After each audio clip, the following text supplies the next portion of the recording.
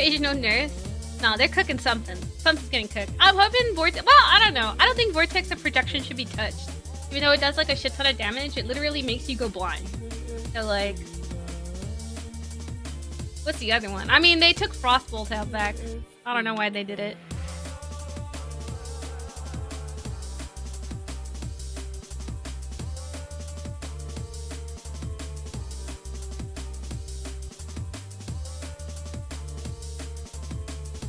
They did say big, balanced character, a lot of character work. And it looks like they've been doing a lot of quality of life stuff on the back end for this upcoming season. Self-cast Vortex. Through... I don't know, they did some shit to a lot of the cold skills. But now I'm like, okay, am I confusing PoE 2 cold changes to PoE 1? Because they make changes to the skills. But sometimes I get that brain overlap where I'm like, oh yeah, they took all the damage away. But I think I might be thinking PoE 2. I don't know. Oh, because that's the last time I went live on YouTube. So maybe it'll update. Oh, actually, do I have... I might be in the wrong category. That's true.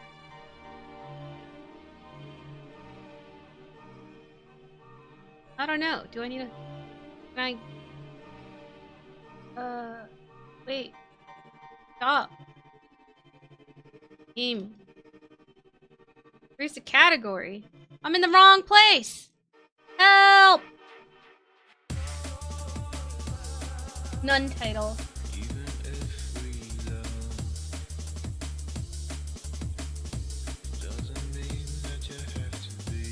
I don't know. Save me.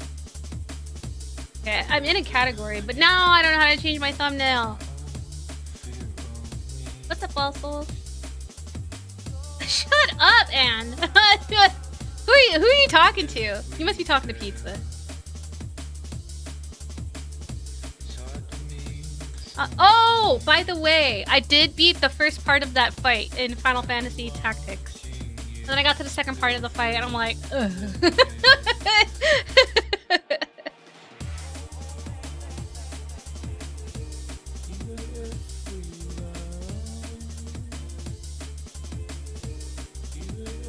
Playing off stream, I know, but I was like, I played after it ended stream too, but yeah, I was sitting here like a fucking gremlin.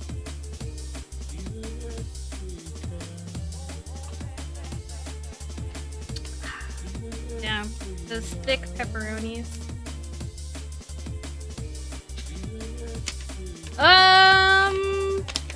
I don't know.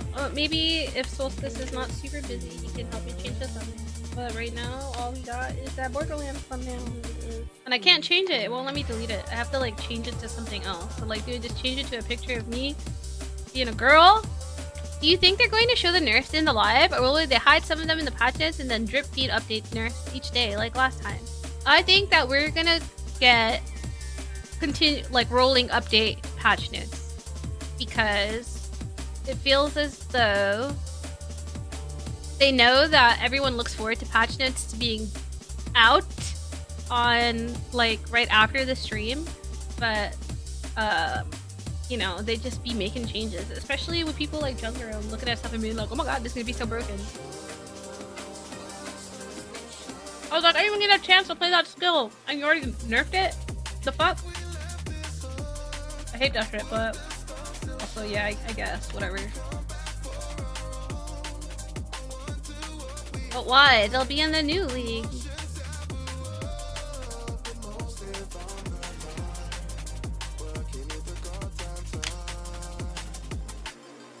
But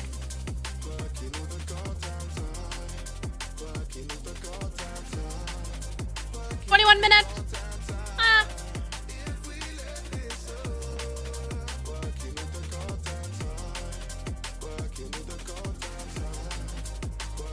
I mean, it's not their fault that their brains are like that. I mean, I look at stuff and I go, wow, those damage numbers are really fucking big. But then I also go, I don't know how to make this work better. I've tried many times to sit around in POV. I cook up something, but it's mostly disaster. Disaster cooking. If you know, you know.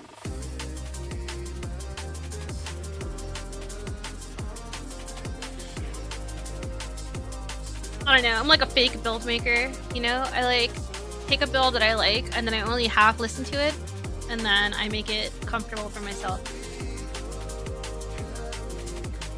With the exception of maybe John. Don't half cook those. Follow along diligently until I'm free to make changes.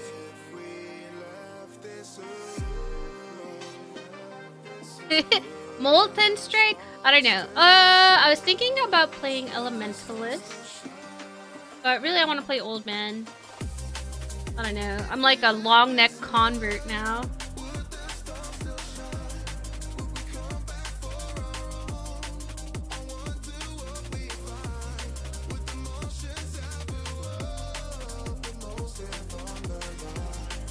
Hey, Mazo.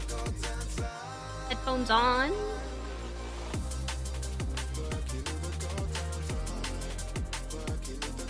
I like Cyclone for cast on critical. That shit is funny.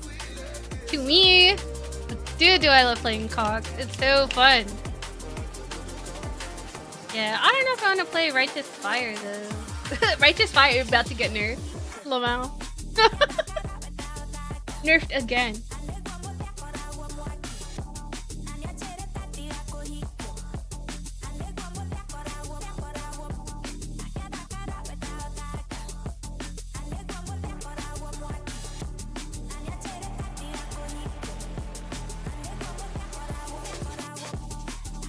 RF itself doesn't get nerfed that much, but the stuff that helps buff it does. Remember some skill got fucked up last league.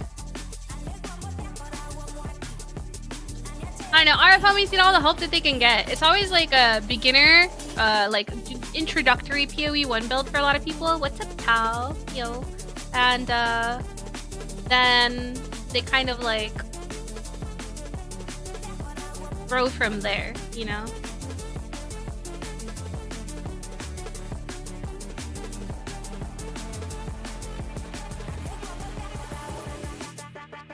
Oh, comfy. Yeah, it is comfy. Cozy. Oh my god. Like 18 minutes.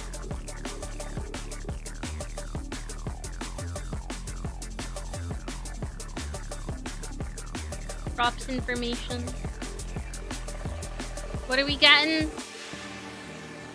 Oh, crawler pet.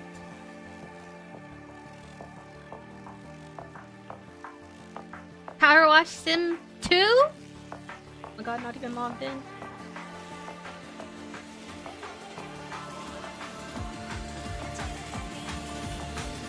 Your next reveal? Oh, thank you, Solstice. I appreciate you. Thank you.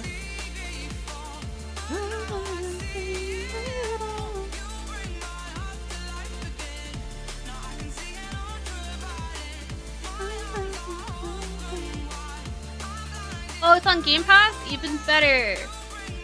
Even though I'm like, are we really poor if we're paying for Game Pass?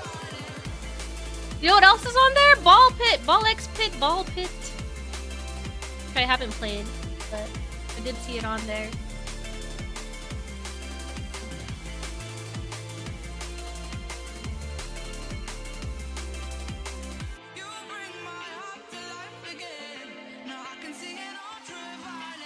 Thank you.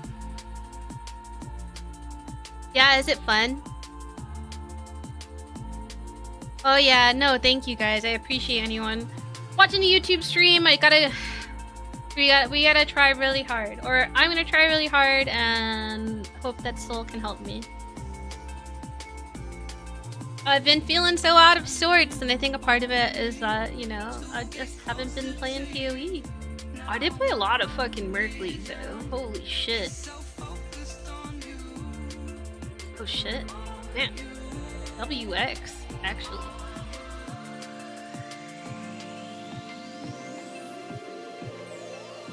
But I was also telling chat that I got my key for Ari Village. I know you guys want me to play that game, and it is spooky month and it's almost over.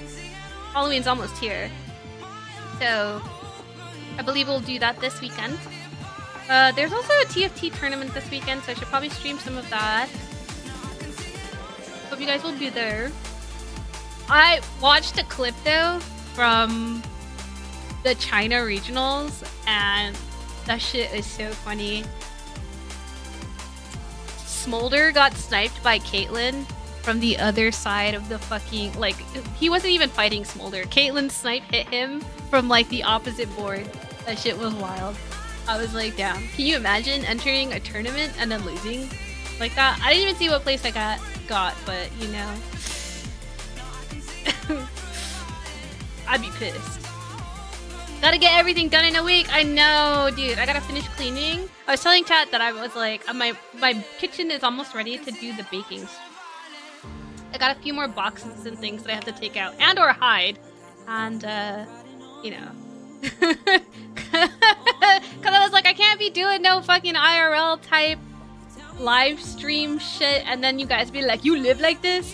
You fucking live like this, Daddy? Gonna make a fucking house out of cardboard boxes? Ugh. I just hate going outside. I do.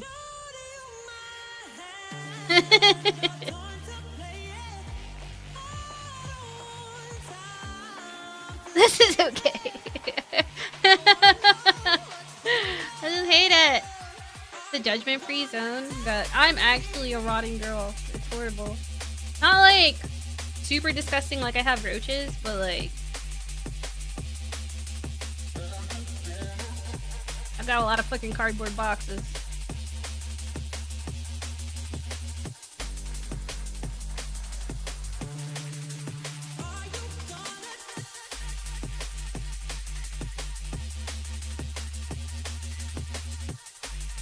I tried to put lashes on today, but I've got this fucking eyelash glue and it sucks! It sucks, it's actually horrible. I'm saying, I mean, every time I look over, I never want to show you that side of the apartment. Literally, I have so much space that's just overtaken by cosplay boxes and random shit. I need to declutter. Really what I need is like one of those hoarder house cleanups, but I also have a lot of stuff I want to keep. What's up, Miliardo? I know! We're so excited, we're so excited. We're so excited. I haven't even slept, I'm so excited. Friend of mine collects juice boxes for fun? What's up, hype man?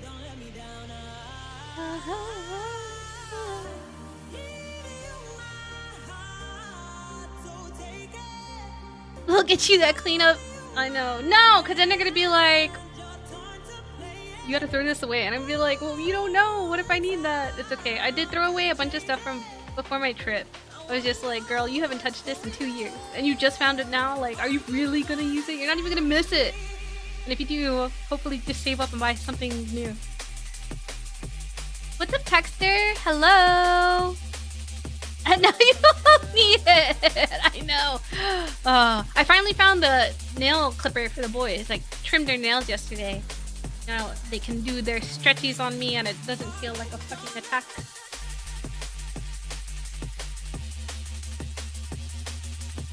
He just doesn't care. Oh my god. Yeah, no. I had a little bit of help once and it was a fight. It was like, I'll just throw this away. And I was like, why would you throw this away? Hi, man. Almost patch time. Thank you for the 6 months in the prime. I appreciate it. Loyal. Dedicated. Oh, that's realizing where you put it after you already bought a replacement. Yeah, I also gotta do something about my wall. My wall that had the soy sauce splatter. Soy sauce disaster.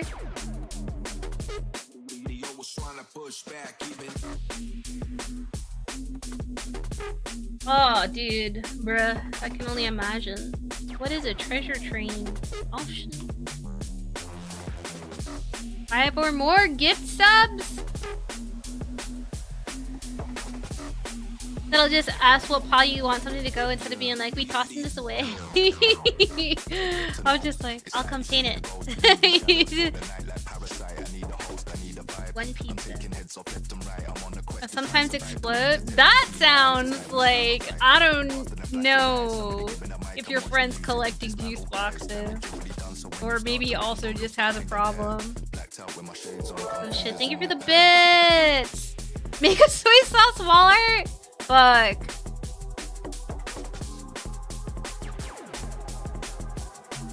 Yeah, no, Ozzy knocked over my big container of soy sauce. And my kitchen smelled like soy sauce for like a week.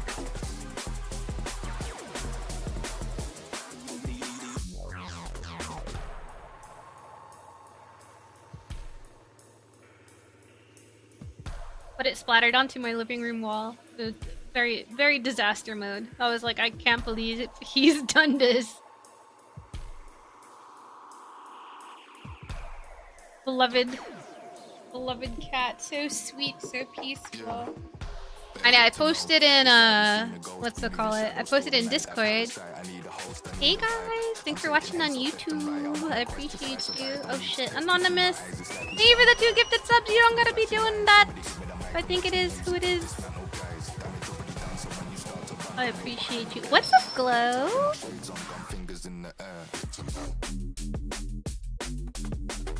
Not me. Oh, thank you, Anonymous. Anonymous W.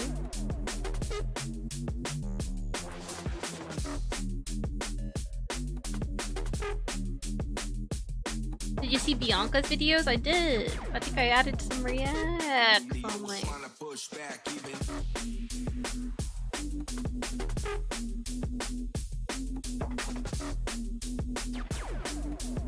Okay.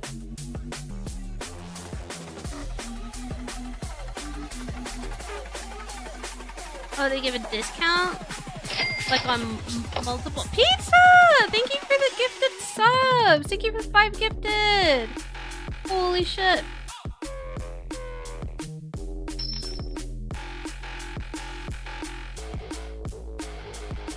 Danke!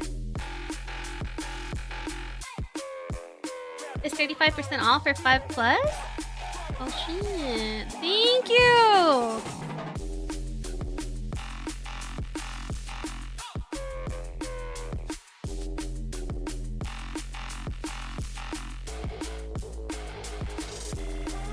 What's the timer at? Oh shit. Mom, thank you for the 5 gifted! Holy, thank you so much! I appreciate you guys. Oh, Electro gotcha? Oh, no. I thought it was Electro because I saw EK. Daku midair. Where the fuck is it? 68 minutes! Oh, already. Thank you! Thank you, thank you, thank you! Really appreciate it. Ooh. Okay, wait, I don't want to see other people's mouse over here.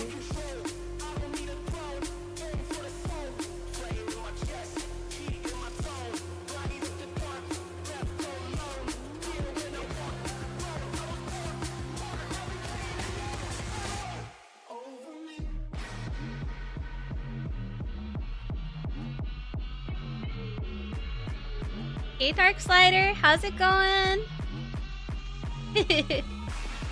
Oh my god.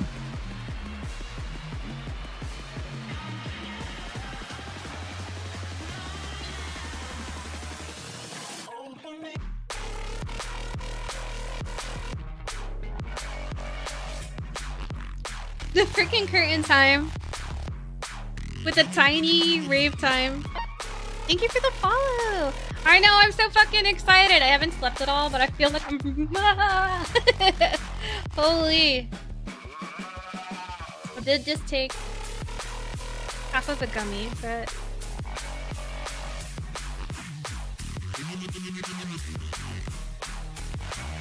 No. Yeah!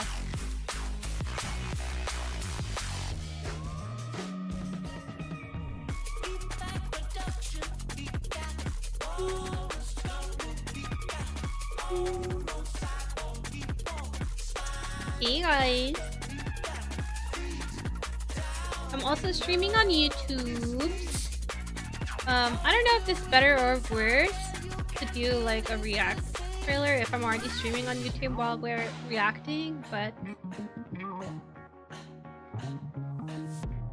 6 minutes!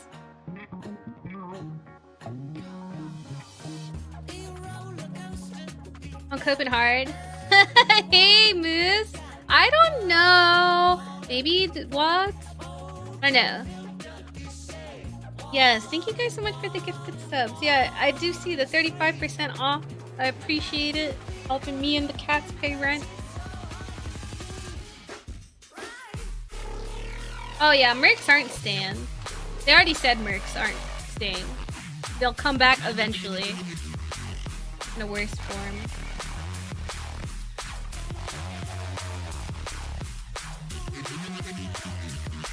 Energy Blade, Cyclone Cock, Shock Nova, Inquisitor? I know, I was kind of thinking about Cock on Assassin, gotta be honest. Any predictions? My predictions are that they're gonna make Champ, like, super good. Again.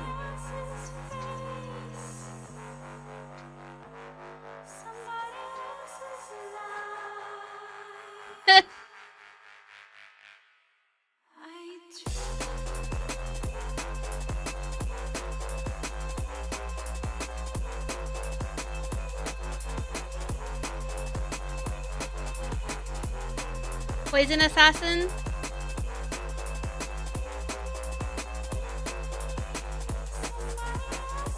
I don't know. I mean, mercs needed to be fixed.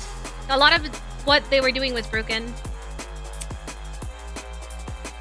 Broken in the sense of like their skills not working. And I guess it's also kind of broken all the gear you could give them. I don't know, that shit was fun. I liked mercs. It made a lot of builds that probably wouldn't have been as viable.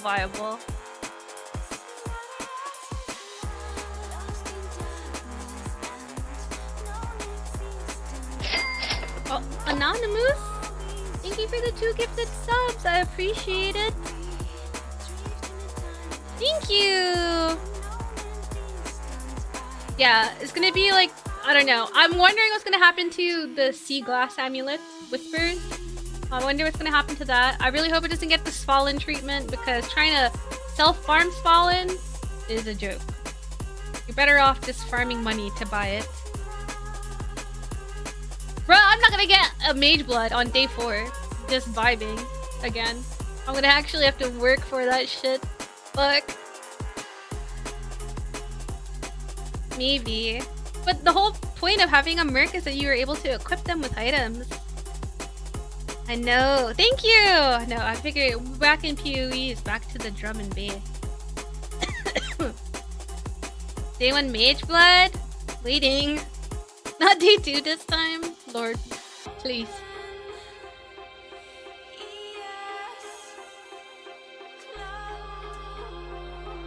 40 to 30 divs left of that mirror. I know. I tried like a little bit to farm mirror, but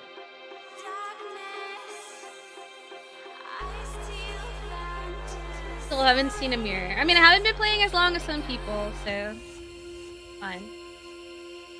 You know how that shit is though? It's always like your friend that you got into the game that just started playing last week that gets the mirror drop.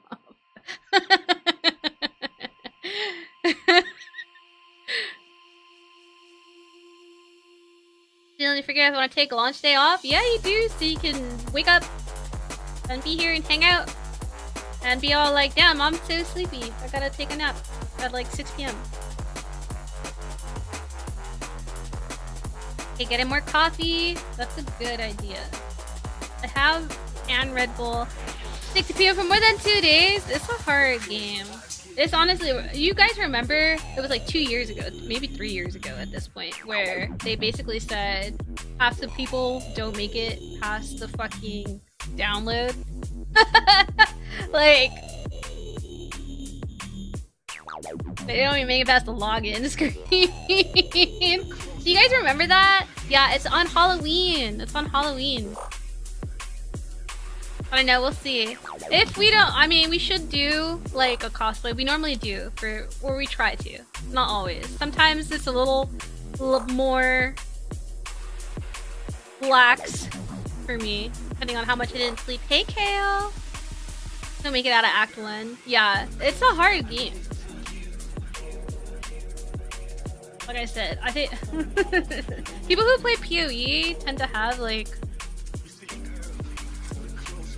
you know, they like the spreadsheets, you know? That's really what it comes down to. Hey, Zeno! Thank you guys for the level 5 hype train. I really appreciate you. The treasure train. I guess you guys get some discounts. I appreciate it so me and the cats can buy groceries and pay rent. Thank you. I have not been posting hot girl pictures, but like I should. You know, the Twitch money's be helping.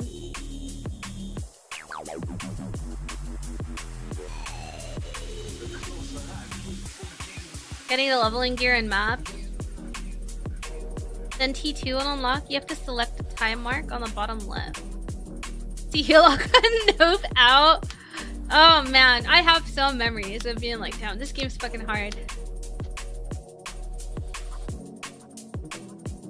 Oh my god, it's about to happen. It's about to happen. I have an ad break right now.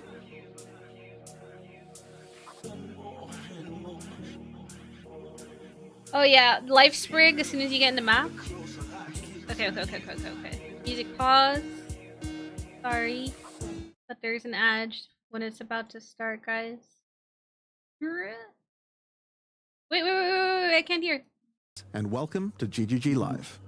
Today we're going to show you an exclusive reveal of Path of Exile Keepers of the Flame, which is coming out 1 week from now on October the 31st. Twitch drops are enabled on today's live stream, so you'll be able to claim your Hive-born crawler pet by following the instructions below. Without further ado, let's roll the trailer for Path of Exile Keepers of the Flame. We, the Keepers of the Flame, serve the will of the Dreamer. His instructions whispered from beyond the wall of sleep. But now, the Hiveborn are here, on Rayclast, and they seek to poison our world.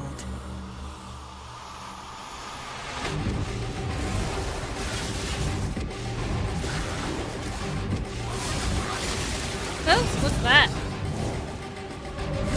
We must close their breaches, destroy their hives, slay their breach spooky. lords.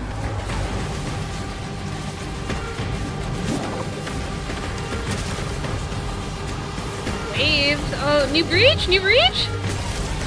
Oh, that looks crazy.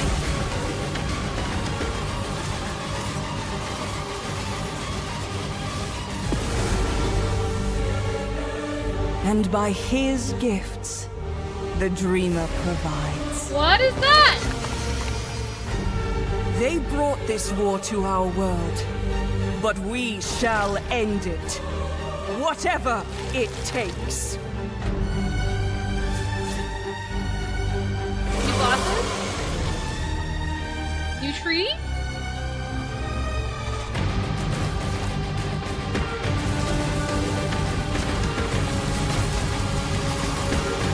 Whatever that was fun.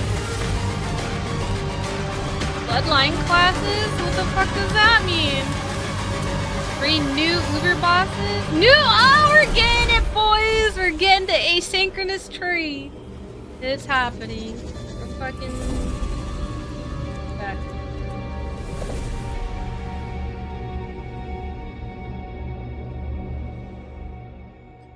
$12 p.m. October 31st. Alright. Now, as you can see, this expansion is a true sequel to the Breach League, first introduced to the game in 2016. We felt like it was time to progress the story of Breach, bringing with it a slew of new updates to the base game. In today's stream, we'll take you on a deep dive into Path of Exile Keepers of the Flame, beginning with the League mechanic, covering all the fearsome challenges it presents, and the new twisted ways you'll be able to empower your character. After that, we'll dive into the new ascendancy options possible with Bloodline classes. Then we'll cover the much anticipated and synchronous trade system coming to Path of Exile 1. Afterwards, we'll move into the new Uber Pinnacle bosses, how to access them, and some new drops worthy of the added difficulty. Finally, we'll cover some notable quality of life improvements before moving on to our supporter packs and challenge rewards. We'll then have a live Q&A session where Ziggy D will ask Path of Exile's game directors Mark and myself your questions from Twitch chat. And after the live stream, we'll drop the full patch notes, at 11 a.m. New Zealand time or 3 p.m. Pacific. Huge. So let's get started. I'll hand things over to Mark to introduce the new league. Hi, I'm Mark Roberts, Game Director on Path of Exile. Breach is a beloved league that has had an iconic history in PoE. We intend to honour that legacy with our first ever sequel league, Keepers of the Flame. This develops every aspect of Breach, adding new layers to discover, richer lore, scarier bosses, and entirely new mechanics. That said, this is still Breach, so you will still be opening breaches and slaying hordes of otherworldly monsters. The Breach Lords have found the means to stabilize the connection between their realm and Rayclast. Now, with their grip tightening, we learn their true goal in our world, conquest. The threat they pose has now escalated to home soil. On the coast in Act 1, you'll encounter 𝙎𝙏𝙁𝙁, the founder of the Keepers of the Flame. This is a monastic order sworn to defend Rayclast from the Breach Lords. The exit to the Mudflats has been barricaded by Hiveborn, Breach monsters that are working to claim every inch of Rayclast. 𝙎𝙏𝙁 can grant you a small spark of the power of the Flame, allowing you to blast away their barricade and move onwards. Once you enter the Mudflats, you'll find it infested with Breach monsters. They appear to be constructing a kind of hive, creating strange shapes and structures that absolutely don't belong. Time to purge them with fire. 𝙎𝙏𝙁 needs you to protect her as she empowers the Flame to do so. Hold off the assault long enough, and she'll be able to demolish the hive with cleansing flame.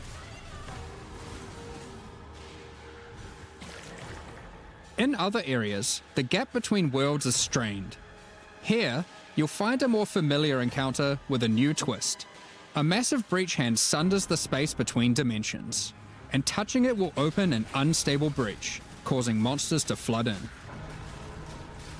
If you can slaughter them quickly enough, you can stabilize the breach. This brazen action can draw the attention of Vroon, Marshal of 𝙎𝙏𝙁𝙁, who will do everything it can to stop you. Defeating this boss will permanently seal the breach, severing another connection between the Breach Lord's world and Rayclast. These stabilized breaches are similar to what a breach once was, but with upgraded monsters, a success condition to shoot for, UI tracking to keep the player informed of their progress through the encounter, and satisfying feedback when you do manage to complete the encounter. We've taken all the lessons we've learned since the release of Breach 9 years ago and improved upon it in every way we can. However, much of the joy of Breach came from its simplicity. While we want to modernize the mechanic, we don't want to undermine the core experience. You're still mostly just slaughtering hordes of enemies in a circle. Finally, in endgame areas you might run into breach constructions that have been left unopposed for too long, and have grown into their full twisted glory. Breach hives. Towering flesh-crafted cities in the sky. These are the visions of the Breach Lords made real in Rayclast, teeming with breach monsters. You must raid and destroy these cities with the help of 𝙎𝙏𝙁𝙁 and her flame. In some of these hives, you may even encounter some of the Breach Lords themselves, who will not be happy you're intruding on their planned conquest. Now, let's talk loot. Of course, being in exile is hard work, and you're unlikely to help entirely out of the goodness of your heart. Fortunately, 𝙎𝙏𝙁 has power and rewards aplenty, born of the Breach Realm itself, to offer you for your assistance.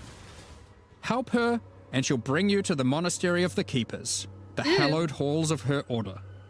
Here, you'll find the Genesis Tree, the growing heart of the Keeper's power. On interacting with it, you'll find that this tree has a tree. That's right, it couldn't be Path of Exile unless the tree also had a tree. I know. More importantly, the Genesis Tree is an engine of unholy creation, and a profitable one. As you complete breach encounters and work more with 𝙎𝙏𝙁𝙁, you'll be able to grow the Genesis Tree larger and larger, sprouting additional limbs. Each of these limbs, you'll notice, has their own inventories. These can be used for an unusual method of crafting new items.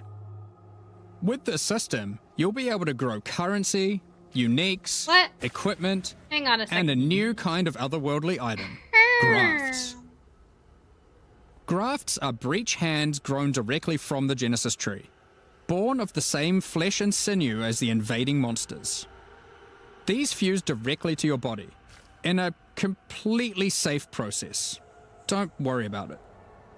With grafts, you can harness the power of the breach. Some provide passive benefits like this, or this, but they can also grant a wide selection of powerful skills.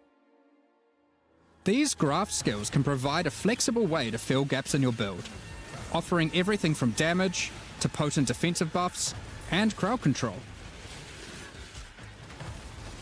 For example, the Battering All graft will call massive arms to erupt from the earth, stunning all those they hit. For some additional pack clearing power, you could consider the Squalling Tool graft. When commanded, this graft will cast Dance in the White, That's a lot of creating damage. a deadly ice tornado, which aggressively seeks enemies and fires off bursts of ricocheting projectiles when you critically strike with skills. I know. For some further utility and a useful buff, try out the Storming Ash graft.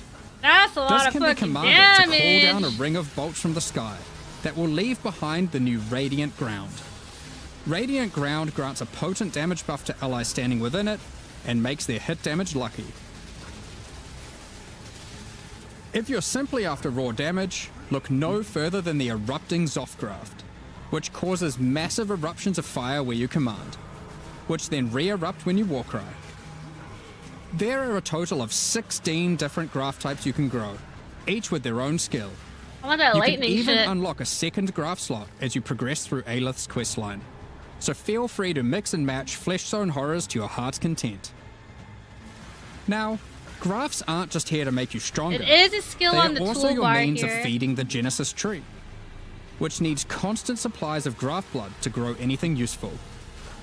You can do this by defeating breach monsters, which will leave behind blood that your graft will automatically collect. When you feed this blood to the tree, your allocated passives will be put to work.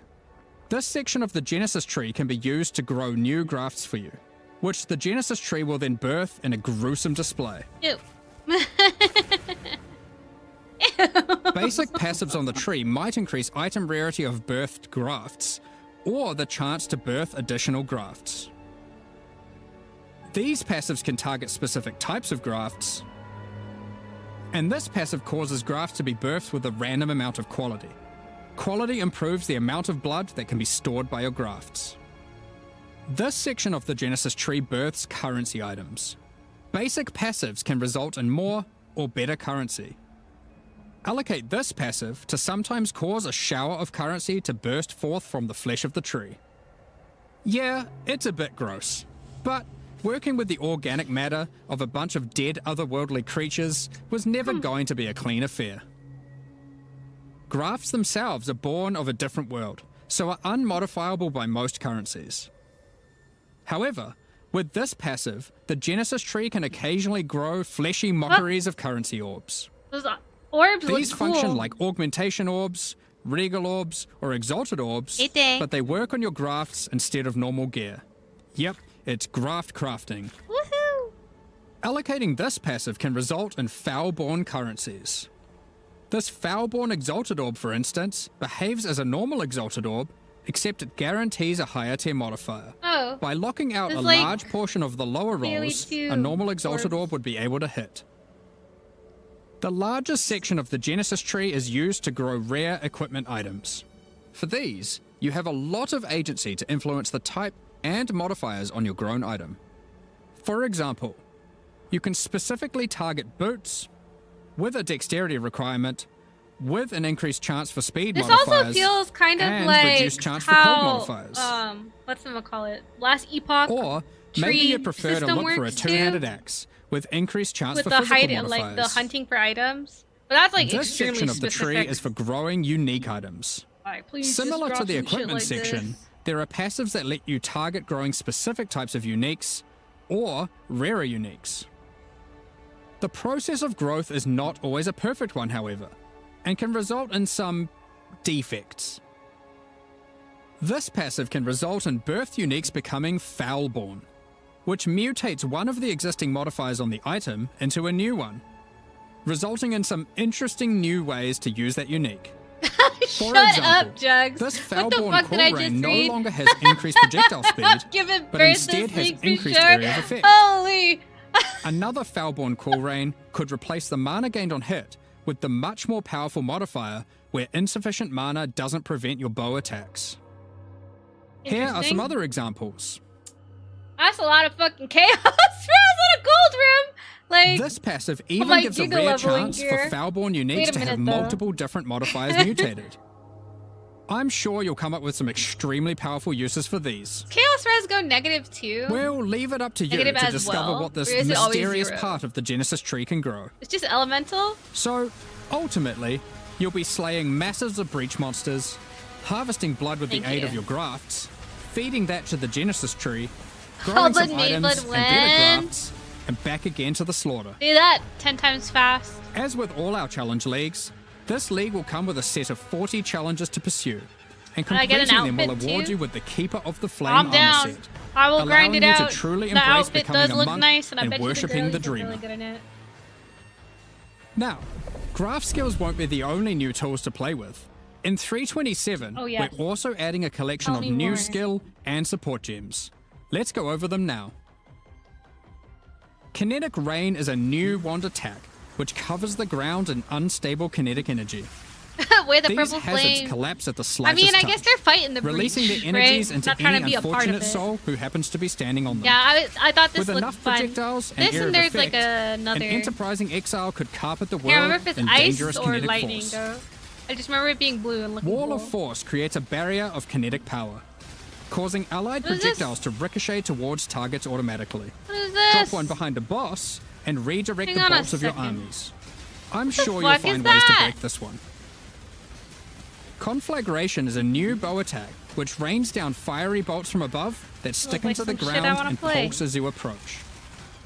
Once you get close enough, these I bolts don't really like detonate, playing fire skills that causing much because I ravaging feel like I ignites. always get got by burning These ground. bolts chain react, Because of allowing you to them. create fields of incendiary destruction. Thunderstorm is a bow attack, which creates a whirling storm Oh, that of shit wind looks and lightning cool. where it lands. While Can you you're within the say storm, rest in peace it my will fucking rapidly frame? grow until it becomes violently league? thunderous with lightning-infused clouds. At this point, leaving the storm What will cause it systems to are they detonate, running this game on in dealing the damage office? to I need everything know within so I can just and cut one releasing a out. flurry of tornadoes in all directions. Yeah, this shit looks sick. I Attacking mean, with those kinetic monsters are fusillade will instantly create dying. hovering orbs of but energy. I like the way this These looks. linger for a few moments aesthetically. above you before zipping off to nearby targets, chaining You between trying to them, be zoomed. then detonating. Oh my god, actually, if you've only ever Ribbon played lightning support PoE will 2, bring to life that's another living thing. sparks of energy. Going back to PoE Elemental 2 after you minions get that to zap move through in packs of PoE 1, enemies with outside of speed not and having ease. WAS movement. Use these holy. alongside your spellcasting to augment your pack clearing abilities, or find whatever means possible to cover the world in living sparks of ruin. Windburst support unleashes chaotic tornadoes as you attack, which ricochet around wildly Oh, that's and cool. quickly. They all look cool. These deal moderate I'm gonna have to damage as rewatch they this travel, again, because every but time I will talk, I'm explode looking at into a chat and highly I'm missing damaging stuff. burst when they expire. That's fine. That's So what it's a the choice long between stream is scaling the for. duration up to get better coverage, or down to access the burst more quickly. Kinetic Instability is a support gem to go along with the new wand attacks that Ooh. causes enemies slain to leave behind those same orbs of shimmering energy. You think you're that gonna have kinetic rain MTX for this creates. shit? No. One might ponder just how many orbs you can create if you were to use both. It's so fucking funny. In 327, We're not having any exiles fucking will be able to frames this absorb the league. power of some of the bosses they defeat. These take the form of new Ascendancy class options, called Bloodlines. Bloodline classes are a new means of character customization in the endgame. They are secondary Ascendancy classes that are unlocked by defeating specific endgame bosses. They are allocated with You your know what normal this means, Ascendancy though? points, More and stuff you'll that's have to not choose how many of in your points go into the original PoE Ascendancy and how until many like into one your day Bloodline before class. the league starts. This means there is a nigh limitless ability to mix and match here, as you could choose to invest just a couple points into your bloodline, or max it out. Unless And you could take any bloodline. all of with this is any already base done ascendancy already, class and that then you they're see able fit. to like have it whatever, To unlock however your they get the bloodline, information. hunt down for the it. endgame boss whose power you desire, and defeat them. or have a friend help, and claim the power for your own. What? There are 10 bloodline Oh classes man, to they got discover. tired of me just farming Bosses who Nameless offer King this for power are nothing. typically I mean, associated with past leagues, giving additional reasons to engage with that league content. hello, Feely. Let's run over a few examples. The Chaos Bloodline will be offered to you by the Trial Master, if you manage to succeed his final challenge. With his blessing, you can greatly augment your Val skills in different ways. Priest of 𝙎𝙏𝙐𝙁 lets you use Val skills much more often, while Priest of 𝙎𝙏𝙐𝙁 makes it harder to build up Val skills, Okay, but trying to makes them make him far like more powerful. worthwhile to fight since I literally Or avoid him. take Corruption's Embrace, which grants more Val Keystone powers the more corrupted items you have equipped. The 𝙎𝙏𝙐𝙁 bloodline can be gained by, you guessed it, defeating 𝙎𝙎𝙐𝙁. Her abilities are drawn from the 3 types of life force that manifest within like I as was like Marian one of spirits. The wild Dozens bear of people rewards who you with fought adrenaline for Shopee generating last rage. league. I didn't do that much harvest. The vivid cat for gives what your it's elusive worth. buffs a chance to refresh, as well as making you more stealthy while elusive. The primal owl allows your unleashed spells to reoccur many additional times, I have to and choose. get stronger for each time they reoccur. Why did they do this? The nameless bloodline comes from the King in the Mists. Be forewarned, his menacing power comes at a great cost. With the unseen hand, you can equip a 3rd ring. Huh? But you'll have to decide if that comes at the expense of having no amulet, What? no belt, or no flasks. I mean, Unlight Silhouette adds a hefty life cost to all your spells, but they deal additional chaos damage based on the amount of life spent. Of course, there is more to come. so What wait, powers how might you many glean tree from points delving do deep I underneath get? Rayclass to fight How all many? the Crystal How King? many tree points do I What get? secrets can you learn from Lycia, Herald of the Enough to Scourge, fill waiting in at one the end skill, of the one skill Forbidden only? Sanctum? No As you flats can doesn't mean no imagine, tinctures. there are countless I mean, possible they're not in combinations the with the same system. bag. You so- could be a Slayer that embraces corruption and vile power, or perhaps you'll play an occultist that doubles down on their dark power by integrating the nameless Don't give me bloodline. that fucking ring. What do We're you- excited like, to see do you what choose? crazy No and belt, interesting builds no players come up amulets, with. or no flask. In the most recent Path of Exile 2 expansion, the 3rd Edict, we introduced a Oh, yeah, much that's anticipated feature, Damn. fully asynchronous trade.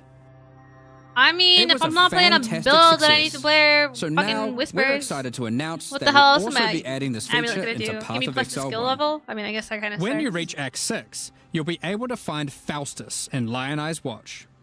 Previously, he just operated the currency exchange. Now, he will also act as a steward for your merchants tabs. These are where you can place items for sale, for direct and instant purchase by other players, even when you're not online. But I feel like I know how to sell To better list in an PoE item, 1 than PoE 2. simply I place feel like it I in didn't the sell tab shit in PoE 2. and select a I don't know what the currency fuck I was doing. and an amount. I know a little bit in PoE 1.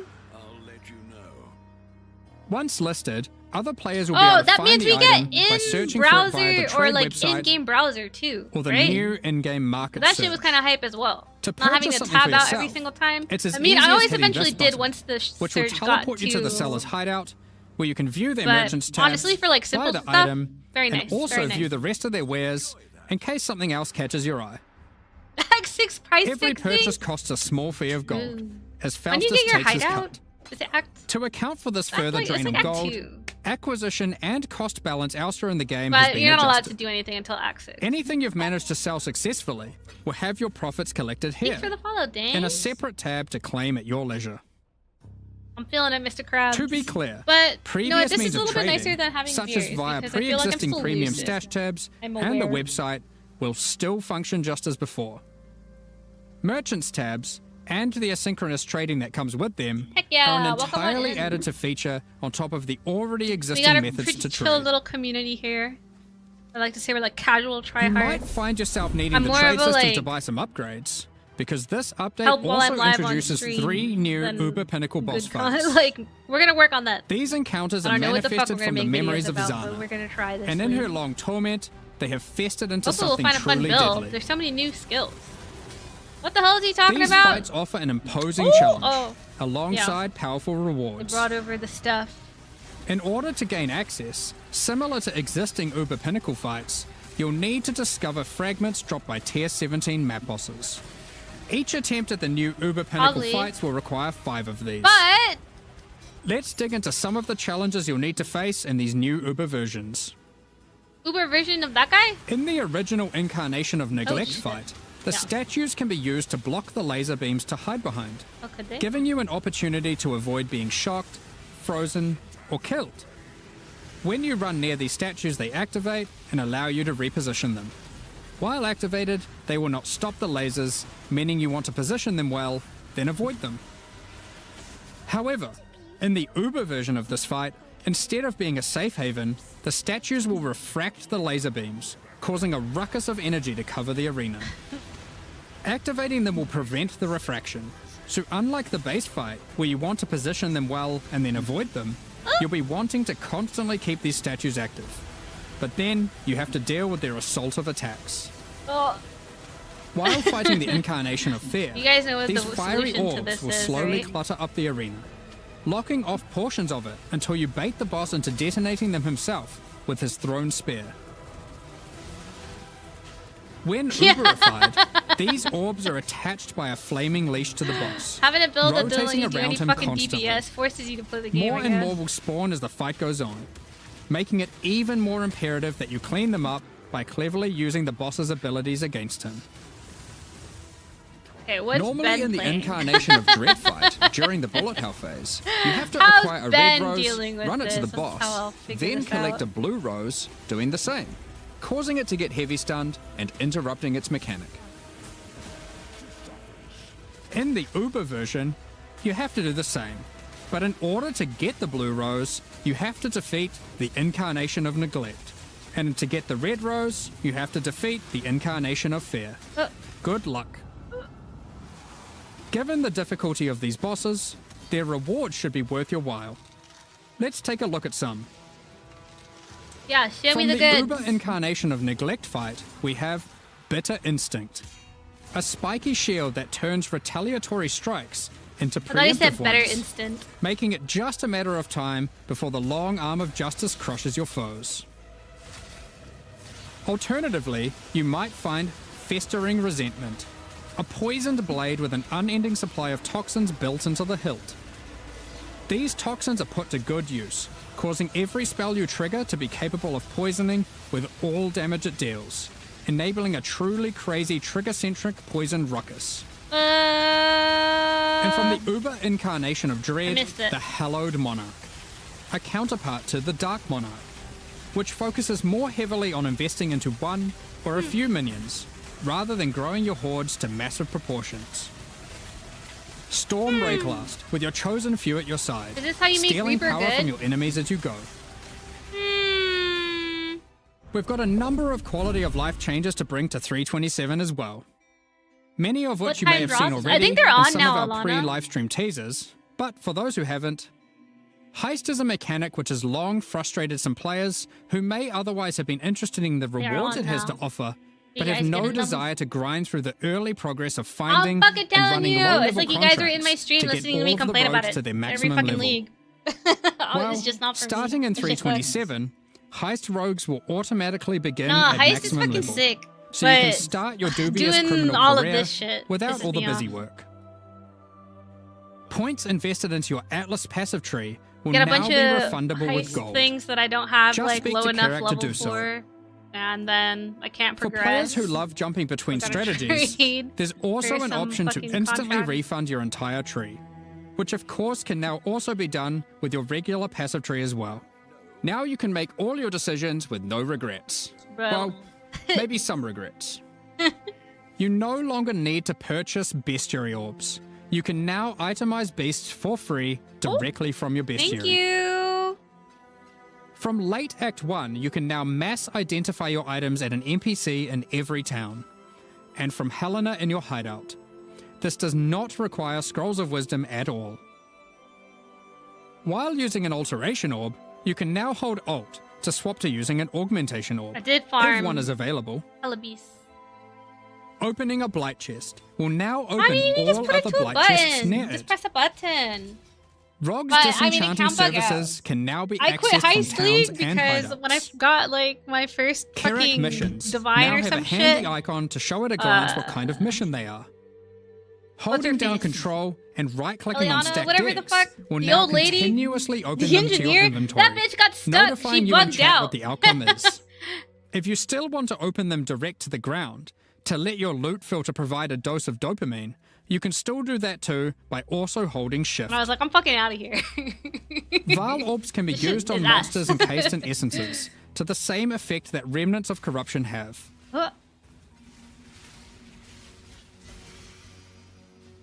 When multiple skill gems are ready to level at the same time, you'll now be able to click this button to level them all up at once.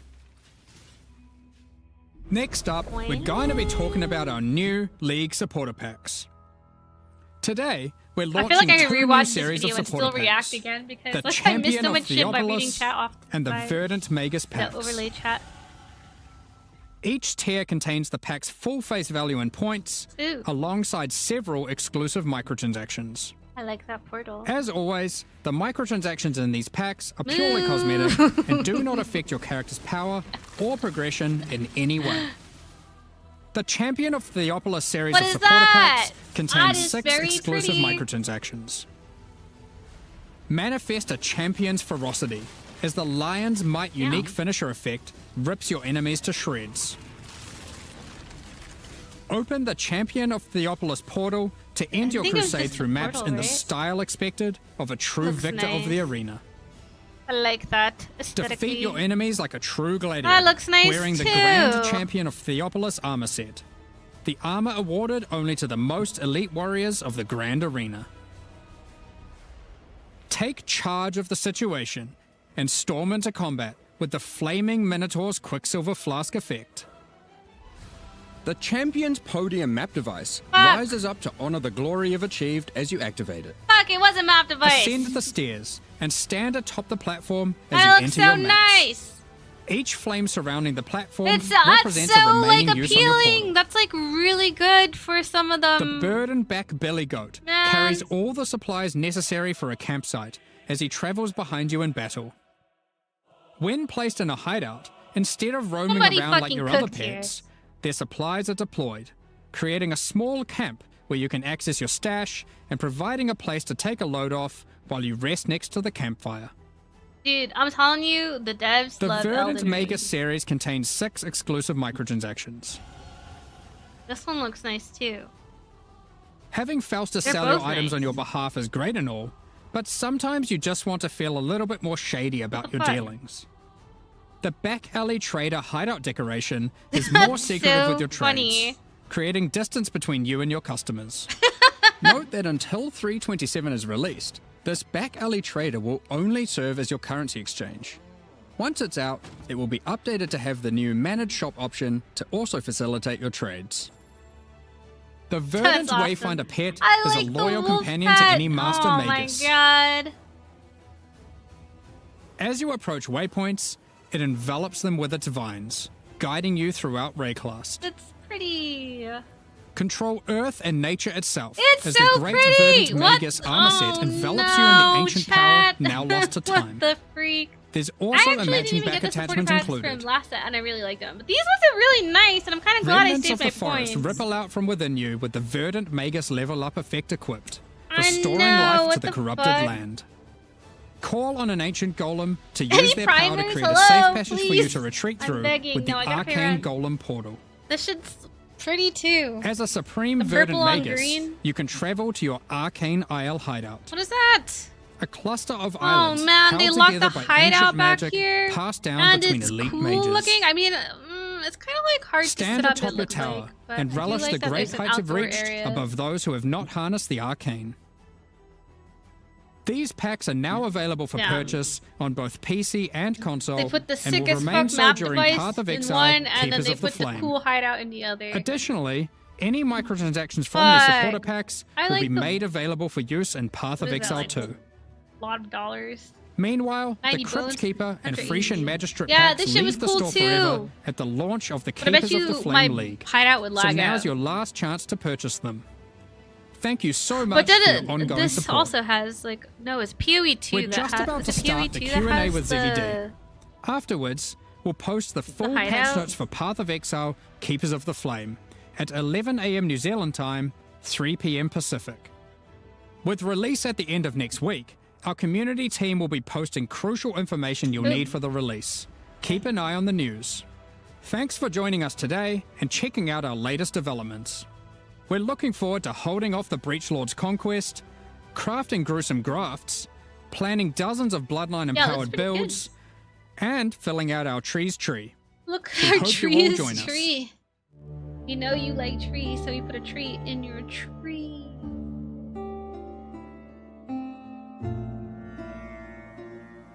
It's looking pretty good, guys. I have to admit. G'day Patrick's Exiles plan. and welcome to the post-reveal discussion and Q&A with Jonathan and Mark, lead guys who make games, I believe was what we discussed. As Yeah. Official title. Yeah. Excellent. I don't really know. I like it, it's good. We're talking about how to inflate their titles in the lead up to this.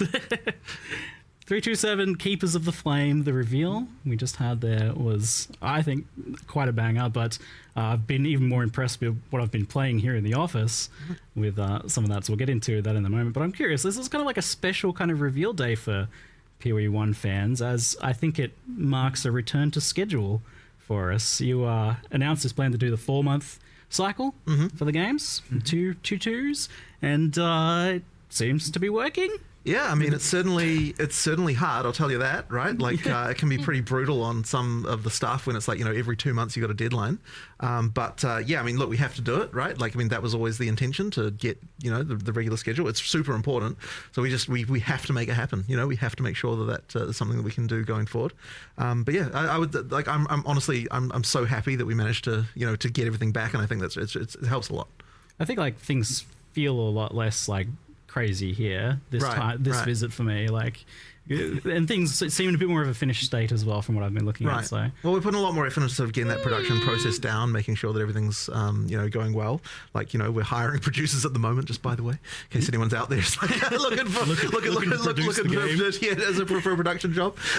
It's something that we're really concentrating on, making sure that because when you've got a schedule like this, when it's this tight, you have to be really, really careful, because like, I would say one of the hardest things that we didn't expect, trying to make sure that we get the schedule this short, is you start to become really vulnerable to just like random things, like this person gets sick or like something like that, and that's like suddenly it's like a real challenge.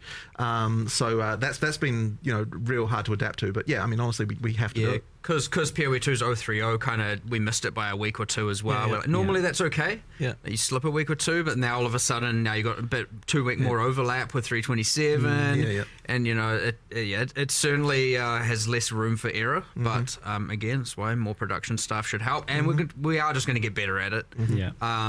But yes, we made it to 326 and now 327, mostly on schedule, give or take. One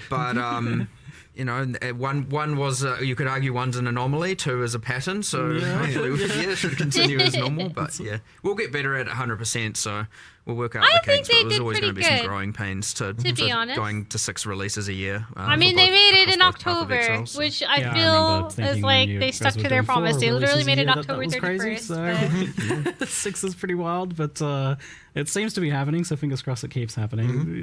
Is the contingency just that, like, occasionally you just might delay by a few weeks here? I don't want to. I really want to be real strict about it. Like, we said we'd stick to the time and adapt the content around the time. Like, consistency is key.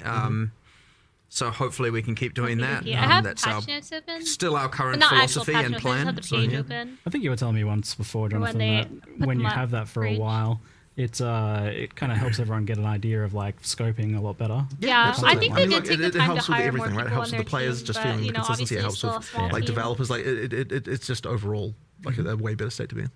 So, Breach 2, aka Keepers of the Flame. It's the first real direct sequel league in PoE. Now, I know we're kind of sequeling with stuff in PoE 2. There's like definitely follow-ups there, but this is the actual first true sequel league, and it seems like people are pretty keen on the idea. I think the reception's been pretty good so far, first impressions. What are your guys' thoughts on doing a sequel? Were you like anti-sequel, pro-sequel? Because I know people kind of... I would say personally that so whenever you do a sequel, you're entering a dangerous territory because people who didn't like the original could then now be like, oh, I'm disappointed because as soon as they hear that it's a sequel to something they didn't like, they're like, it's not happy. So you could just be ruling out a bunch of people in your audience right away.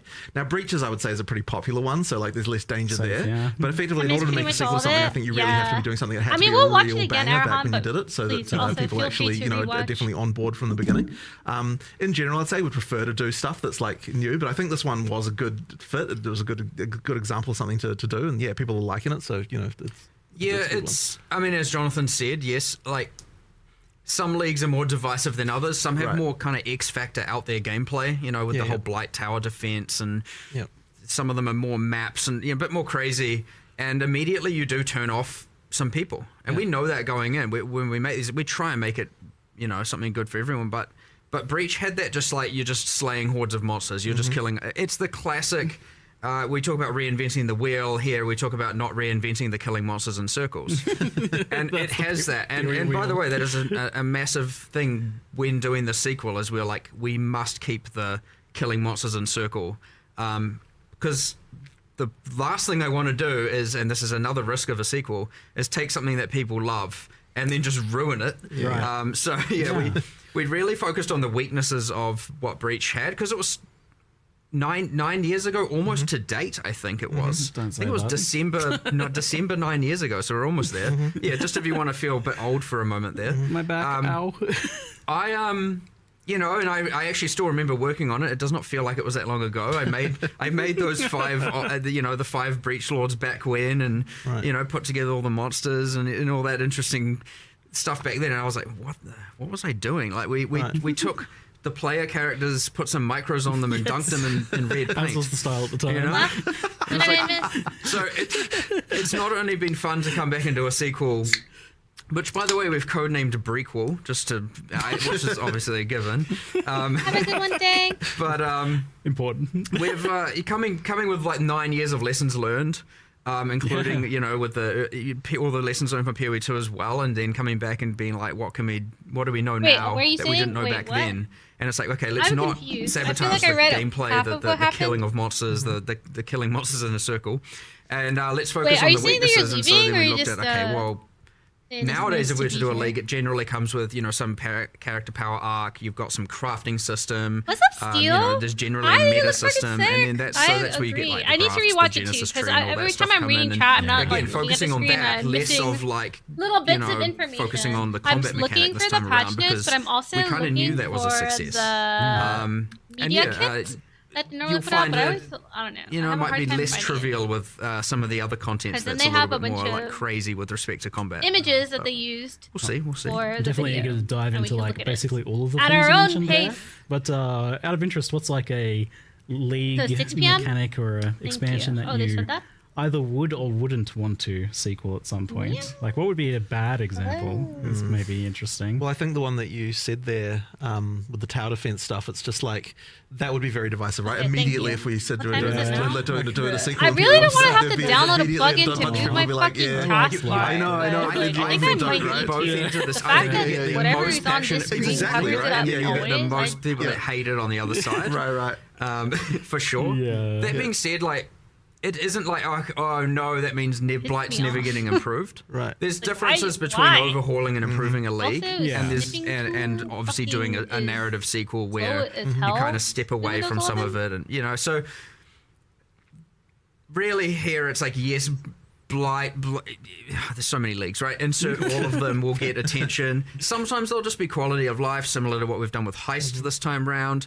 Because honestly, that might probably deserves more. Yeah, it's and then me other insane. times it'll just be an upgrade. I certainly wouldn't want people to say, "Oh yeah, we're just going to do I sequels my from now taskbar on." on But both definitely not. displays I don't think it's going to be the most common but you thing. I still think can't it's just even a thing move we it, so now it's just decided like to a do tiny here, and, maybe we'll do it again taskbar sometime. But at the most of the time, I bottom think of my people want new vertical stuff monitor. and, Sorry, different I new just things. I like the revisits. I feel really strongly wonder, about that. there's definitely some lore and stuff I'd like to see expanded. I feel like Harbinger, for example, touched on some stuff that was maybe only scratching the surface. Part of what allows us to do the sequel here, by the way, from a more Started all production back. point of view, is that what's the because best one? we What's the bestest did and most safest one? the Twisted Domain and the new Breach monsters in PoE 2. Yeah. we got to Yeah, it's not great, utilize but it works those for the me. monsters. So Yeah. we didn't take That's the bosses fine. from PoE 2. We made I full agree. from scratch boss I fights think for, if my monitor for Keepers was of the Flame. But horizontal, for the, I wouldn't mind it as much. But vertical just makes for it the so monsters, squished a lot of together. it's So when I reusing the have like a models, the bunch of animations, the things rigging, a lot of the going art at side of once it. when I'm And streaming, because we get it to just do kinda that, we makes get it- to then focus our attention on all those other things that we would otherwise Obviously, have I'm to have very a bunch of particular resources about dedicated to. So my- like, there's a my kind of setup. like two birds, one stone In going on certain there, ways. where we not only got to do it, we got to do it in a more cost-effective way that allowed us to focus on other features that are going in the expansion. So, win-win for players and for us in that regard. But Yeah, and then it would be friggin- less what's the trivial other with thing, other like, sequels or I don't to know, other I leagues where we said don't sorry, necessarily guys, I'm have detracting all the from the monsters PoE and everything content. made like that. You So just got me on a not to say it's tangent. impossible, but it's just an interesting factor that came up that allowed us to do more here than we might.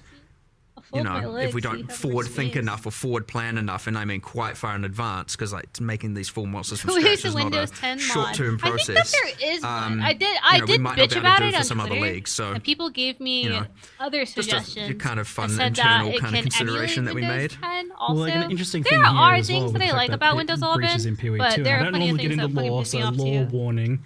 But I'll try and The keep fact it that I as restarted my simplified as computer and then possible, that shit was 'cause there. Definitely delved into the They deep end of the fucking lore got of me, this bro. stuff. But so to simplify it, PoE1, Chayula, baddie, we fight them.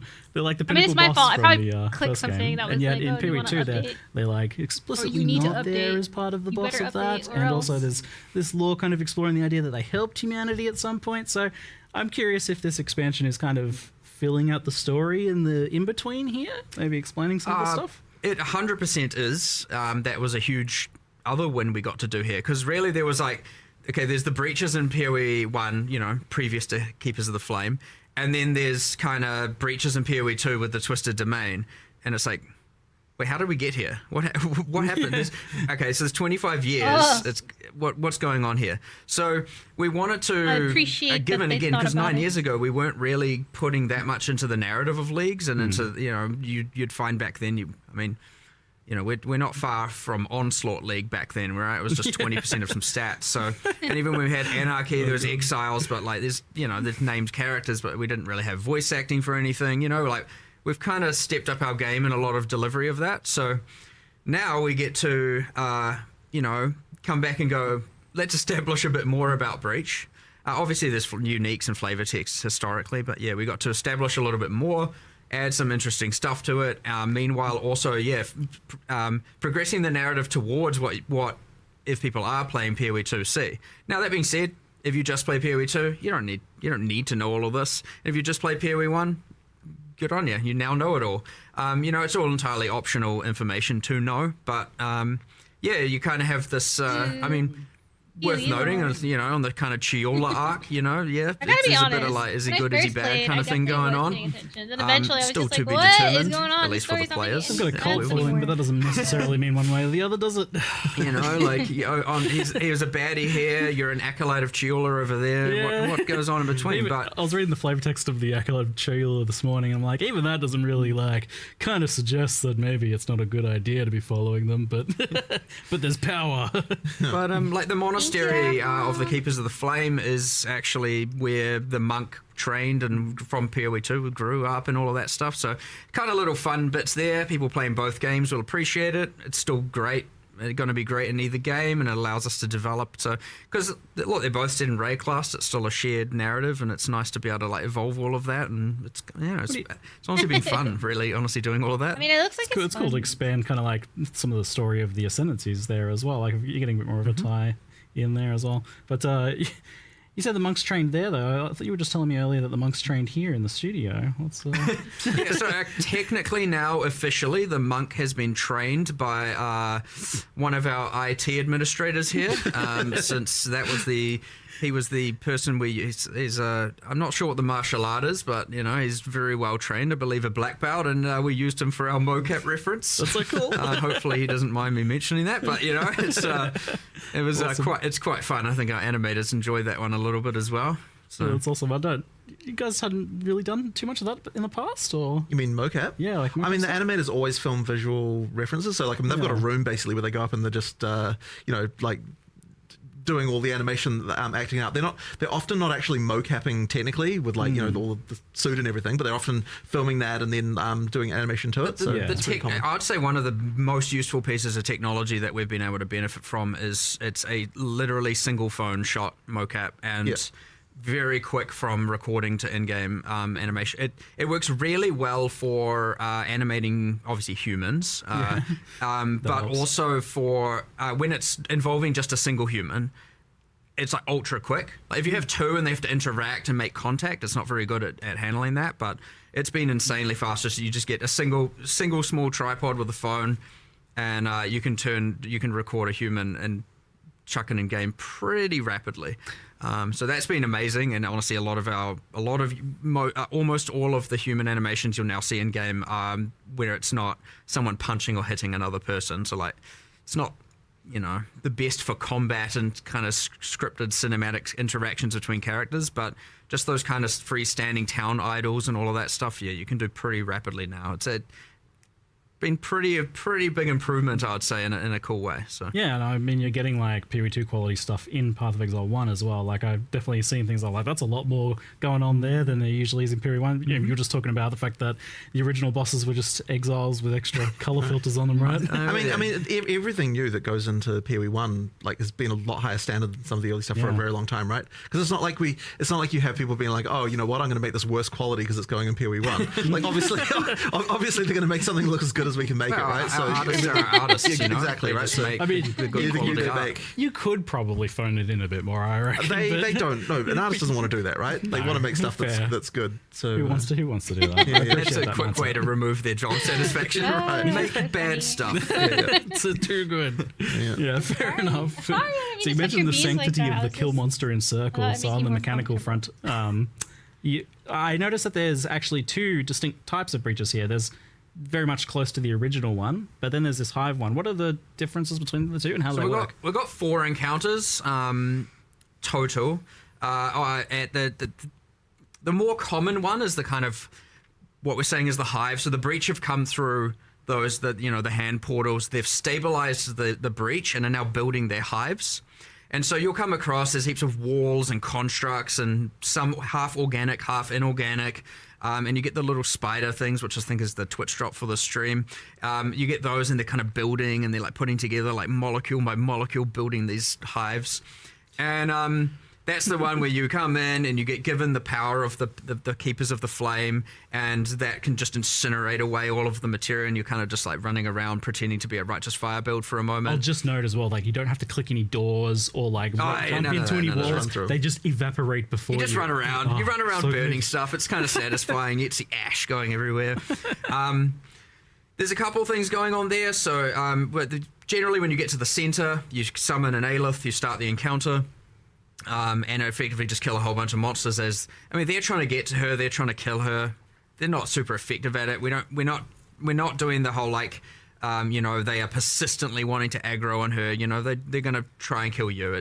That's honestly more of an immersive flavor thing than it is like meant to be too interruptive of a mechanic or anything like that. Again, because I wanted to just keep killing monsters being the primary focus. But there is a thing where the more walls you burn, the more there's amongst all the walls you can get these like spawners, these like hive portals, where the monsters can then come through. So if you want to activate more, to have more monsters, have more difficulty and get more reward, you want to burn as many of those hive spawners as possible, and then they will turn into portals once the fight begins. If you just want to run to the center, start the fight, do the fight and leave, go for it. The other thing here is, though, that, of course, obviously this can be a bit of a clear, speedy thing where it's like, So, during those encounters, using the power of the purple flame, these kind of purple flames scatter out, and each of them kind of has a skill attached, just like an oh shit button. And so, like, if you're getting overwhelmed, there's, like, different things you can just click if you wanted to, if you needed to. Most powerful characters, you'll be fine.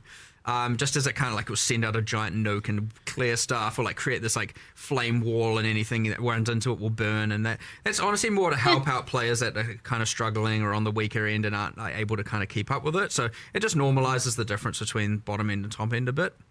Again, not meant to be intrusive, not meant to be like complicated. We kept it simple, and it's just like 99% of it. Just when you boil it down, it's basically just like a fast-paced wave defense. Like just survive 6-8 waves of Pretty monsters much, that are rushing at you pretty fast, and but it doesn't have that same clear speed pressure that the like basic one has. Yeah. So that's one encounter. Second encounter is like the traditional breach, the one that players have, historically been playing. You activate a thing, the breach expands out. So these are breaches that haven't been stabilized yet. Yeah. So they haven't come through to build their hive. So you activate it, it starts expanding, you kill all the monsters, it's revealing, and then once you've killed enough, and if you can kill enough, like it can be kind of hard early game, but like towards end game, that's your goal. You'll notice a progress bar filling up, and once the breach gets to the end, that means that it will become stable. And so what was going to happen is when it becomes stable, the breach are going to send through their like difficult monsters, their elites, their enforcers, their front line to come through and secure the area so they can send through their like little worker spiders to start building their hives. So this is like a yet to be a hive. And so you obviously don't witness all of that. Generally what you do experience is you kill enough monsters, and then in the center the portal activates and a bunch of monsters and often a boss floods through. And so now you have to go back to the center and fight all that, kill everything, defeat the boss, get the loot, and then everything drops then and there once you successfully do that. If you can't do it, run away. That's up to you. You can still play it the old way if you want and like not get so much rewards, just kill as many as you want and move on. But generally speaking, you'll want to go back to the middle. You want to kill the either waves of hordes of monsters coming through the portal or the boss that spawns. That like locks open then once you reach that stabilization point. Yeah, it locks open the time. Yeah, so that's another good thing. Yeah, so the existing breach, I mean, obviously it's pretty outdated and even imbalanced, and often people were killing the breach lords, the wild ones, in like a matter of seconds. But I wanted to make sure that boss fight didn't have a time condition. So once it stabilizes, that's it. You just once you kill them, it closes. You have infinite time to kill that boss and fight those monsters. You're not just like, oh my god, I got to do it. So like it is a more substantial, and generally because you've cleared everything in that circle now, it's like it almost like you created your own arena. You've got like a nice clear area where you can fight that boss and focus on killing that boss. Now he has minions in a regard, so obviously it's not just one-on-one, but that mechanic's like quite cool. So that's the like Varun, the Marshal of Zesht fight.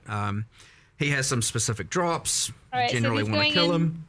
And then so that's encounter number 2. I will. And then encounter number 3. I know it's going on a bit of a thing here, but these next to a bit quicker. Encounter number 3 is the kind of sky fortresses you saw. It's very similar to the first fight. It's kind of like, oh, we didn't stop this hive. Some of these hives have been getting built for weeks or whatever, and now they're like full giant mega structures. So you climb the beanstalk, as I called it, the breach beanstalk.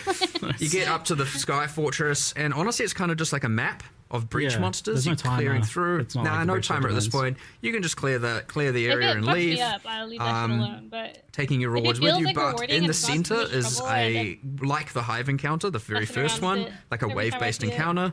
It's just a lot more epic, and you have to, the same exact thing, except Aelith's like, it's going to take a lot more explosive power to destroy the rest of this hive and seal this portal, so you might want to get out of here. So generally speaking, once you've killed all the waves, you then have to get out of the area before Aelith burns the entire thing to the ground. Cool. Normally you can survive that, not in this case. You might want to get out of there. Once you do, you get all the loot. Sweet. You're not going to get that encounter too frequently, but it can be a little bit of fun, a little bit more action-packed when you're trying to escape. And then the fourth encounter is pretty similar to that, except it's just an area with your pinnacle boss, your in-game boss fight at the end of it. And you basically didn't show those in the trailer, because I did know that people were like wondering why you showed kind of so much of the Uber bosses for the regular content, but you didn't really show any of these guys. We generally avoid showing bosses for sure, especially new ones. You get a silhouette of it, a single emerge shot, and for sure, like for the Ubers, we're like, well, they've got like 10. 15 skills each. Let's show one mechanic we've changed of each, maybe not the best option. Like I know people like their full mystery, so like maybe lesson learned in the future might just show nothing. But we only did show one of all of their skills that have changed, just so people get a general grasp of how they're changing. But I probably, given the feedback, I'm probably just not going to show those again. So fair enough. We'll let it be a mystery. But yeah. So Well- this skill tree, you actually did it. You made Mystery a skill for the racers, tree. man. Well done. Let them find out first time, Smash. Tree. Man.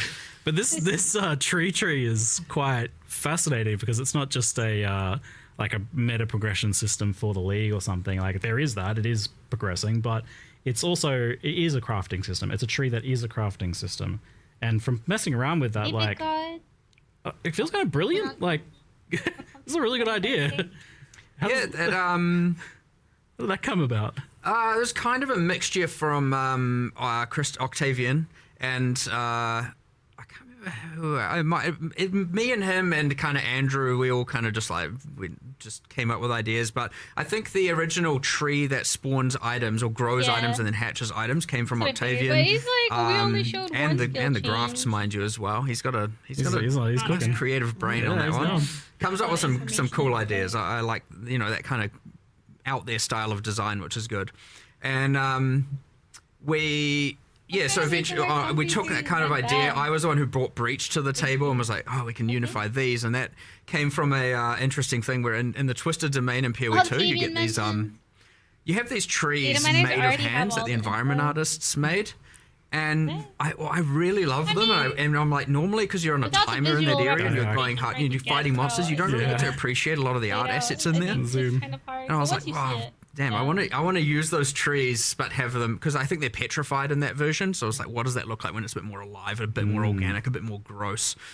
So yeah, we kind of came up pretty with gross, this yeah. tree, and tree that hatches items, and it has this fruit, and then we're Yeah. like, nah, like I don't want just a tree that has fruit. It needs to be gross and dark and horror. It's like this is a gothic world, and so yeah, we obviously went a little bit more crazy with the theming on it all. But I like it, right? It is dark. It's like a little. You've got this alien-esque demon species, right? It's Like squeezing we the don't- items out. Like, Yeah, a bunch of it's So- gross. yeah, it kind of came like that, and then it's like, Yeah, wow, add some it Bloodborne needs a into the meta game, progression. you know. The good thing about the tree having Really a looks fun passive stuff. tree is we get to reuse all the same code that our passive trees use, and then the other because it's good because then you don't have to make a completely bespoke system. And again, it's picking your battles, being able to focus more on what the nodes do as opposed to the system, mean, the underlying true. system. I think And, what's pretty interesting about it though is the way that like it actually for crafting is quite interesting how it sort of encapsulates the idea that you've got like various dependent choices. You don't normally think about crafting in that way, but that's really what crafting is, and so it kind of like means that it's actually a surprisingly natural interface for crafting. Like, That's what was works. striking me about it, It works really well. And so that's kind of a pretty interesting one. I don't think I've ever seen it before. Someone doing anything quite like that. So Yeah, like I've it's seen quite some interesting. crafting trees and stuff, but they're usually Yeah. separate or there's like some Yeah. little bit. But yes, like that's what I was thinking because I'm thinking a lot about like how do you communicate crafting because it's a pretty complicated thing generally, even in its simplest in Path of Exile. But this does seem to have like a very natural, more understandable way of communicating it because you're allocating the nodes for the craft. You get to see the structure of your craft in a visual manner, which I'm like, It is cool.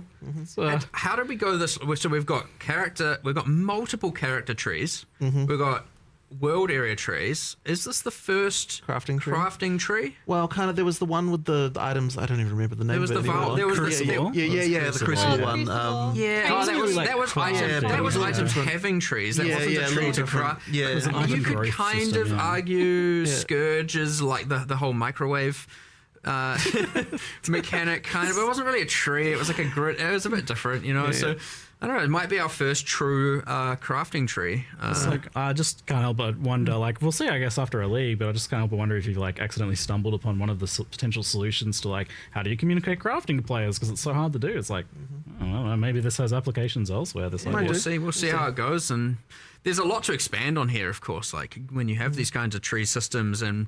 Immediately people are going to be like, oh, keystones and where's my crafting tree notables and masteries and jewel slots. My cluster Oh, no. jewels for my crafting tree. Yeah, build your own crafting tree. Yes. Yeah, we'll see where it goes, but obviously that depends. We don't want to overcomplicate it off the bat, so you come in with something kind of simple, elegant, see how it works, see how people respond to it, and then.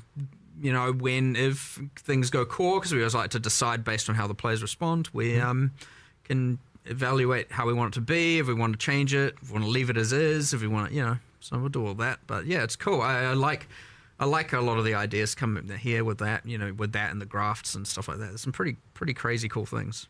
So talking about like the idea of preserving some of the stuff from the old Breach or what's not being kept. So you had the old Breach domains, they're effectively being replaced or removed here? So those are all, we've kept Breach 1, I don't know what you call it, fully intact on standard, whereas on this league it's the full Breakwall Keepers of the Flame mechanics, so full replacement. None of that is there in the current while playing in Keepers of the Flame. Like all of the Breach nodes on the Atlas tree are gone, and all that. So you've got the current league. Obviously our intention is that it goes core, but we'll take the better elements of it. One interesting thing here is obviously we still have all the old stuff. So if we miss the mark on some things, it's still there. We can bring it back. We can integrate it. We can, obviously it would suck, to have to then accept that we have to keep using all the old art and old mechanics and old fight to some degree. But like, if they're more fun, they're more fun. We're not necessarily here in the business of taking away things that people loved. So obviously I'm pretty confident in what we've got is going to be amazing. And as you said, first impressions pretty positive. So, but worst comes to worst, if we have to take the best of both worlds and merge them, then that's still what we're going to do. Now that being said, so yes, you don't have breach domains in Keepers of the Flame. You got all those new mechanics I described earlier, but that isn't to say there isn't a future where we have a prequel to the prequel, and we have or an update. Not necessarily another sequel, but you bring back some of those things that were good about it. So immediately I can see people coming to mind. Oh, but what about the uniques or the rewards? We have kept all of that. All of that can be spawned from the tree. You can grow pretty much all of it. Not like super baby, but you can find. I won't reveal exactly how to do that. You can figure that out. Nice. But you can generally get all of the historic rewards from Breach from the new mechanic as well. We've tried to keep all of that. Does this mean Breach rings finally get a revamp after sitting there with the silly thing? That they got their improvement in PoE too. So we had already accepted that having a double effect while in Breach, especially given, that's only useful some small percentage of the time generally, not good enough. So yes, the breach rings have been reworked. I believe the implicits are all max res of the corresponding element types. I can't remember what Fifth's one is. Whatever, we'll deal with that. But I believe it also restricts or constrains the mods you can roll in it. So it's like Zoff rings, fire mods, etc., etc. Cool. Sounds rather interesting. The unique crafting as well looked pretty wild. Like, I was pretty excited to see that. I expected it to be like it would remove a modifier and then just replace it with like a random modifier or something. But it seems like they're actually handmade modifiers, like there's bespoke modifiers, and even multiple. Like those 2 Quill Rain ones. Is this just like a long list of them? And surely you can't do 1,000 uniques worth of those. I actually don't know what number they got to, but effectively it was just like, we'll just go until we run out of time. But yeah, like there's a whole bunch of uniques. It is here's the list of mods that it can lose. Here's the list of mods it can be replaced with on a per unique basis. Yes. Right. Again, not all the uniques. I almost assure you it won't be the majority. And obviously you're not going to be getting pinnacle boss uniques from here and stuff like that. Those are restricted to things that have specific drop locations But yeah, that being said, it is a list. It would suck to, lose the key mod on an item. So generally speaking, we don't allow like what gives that unique full identity to be removed. A lot of it can be either the fluff stats, sometimes the downsides, some stuff like that. So yeah, we'll just kind of see what happens there. If people love that, it would be the thing where we can add more and more and more and more, and then eventually we will have the entire unique pool covered. So we'll just see how that goes, but it's kind of fun.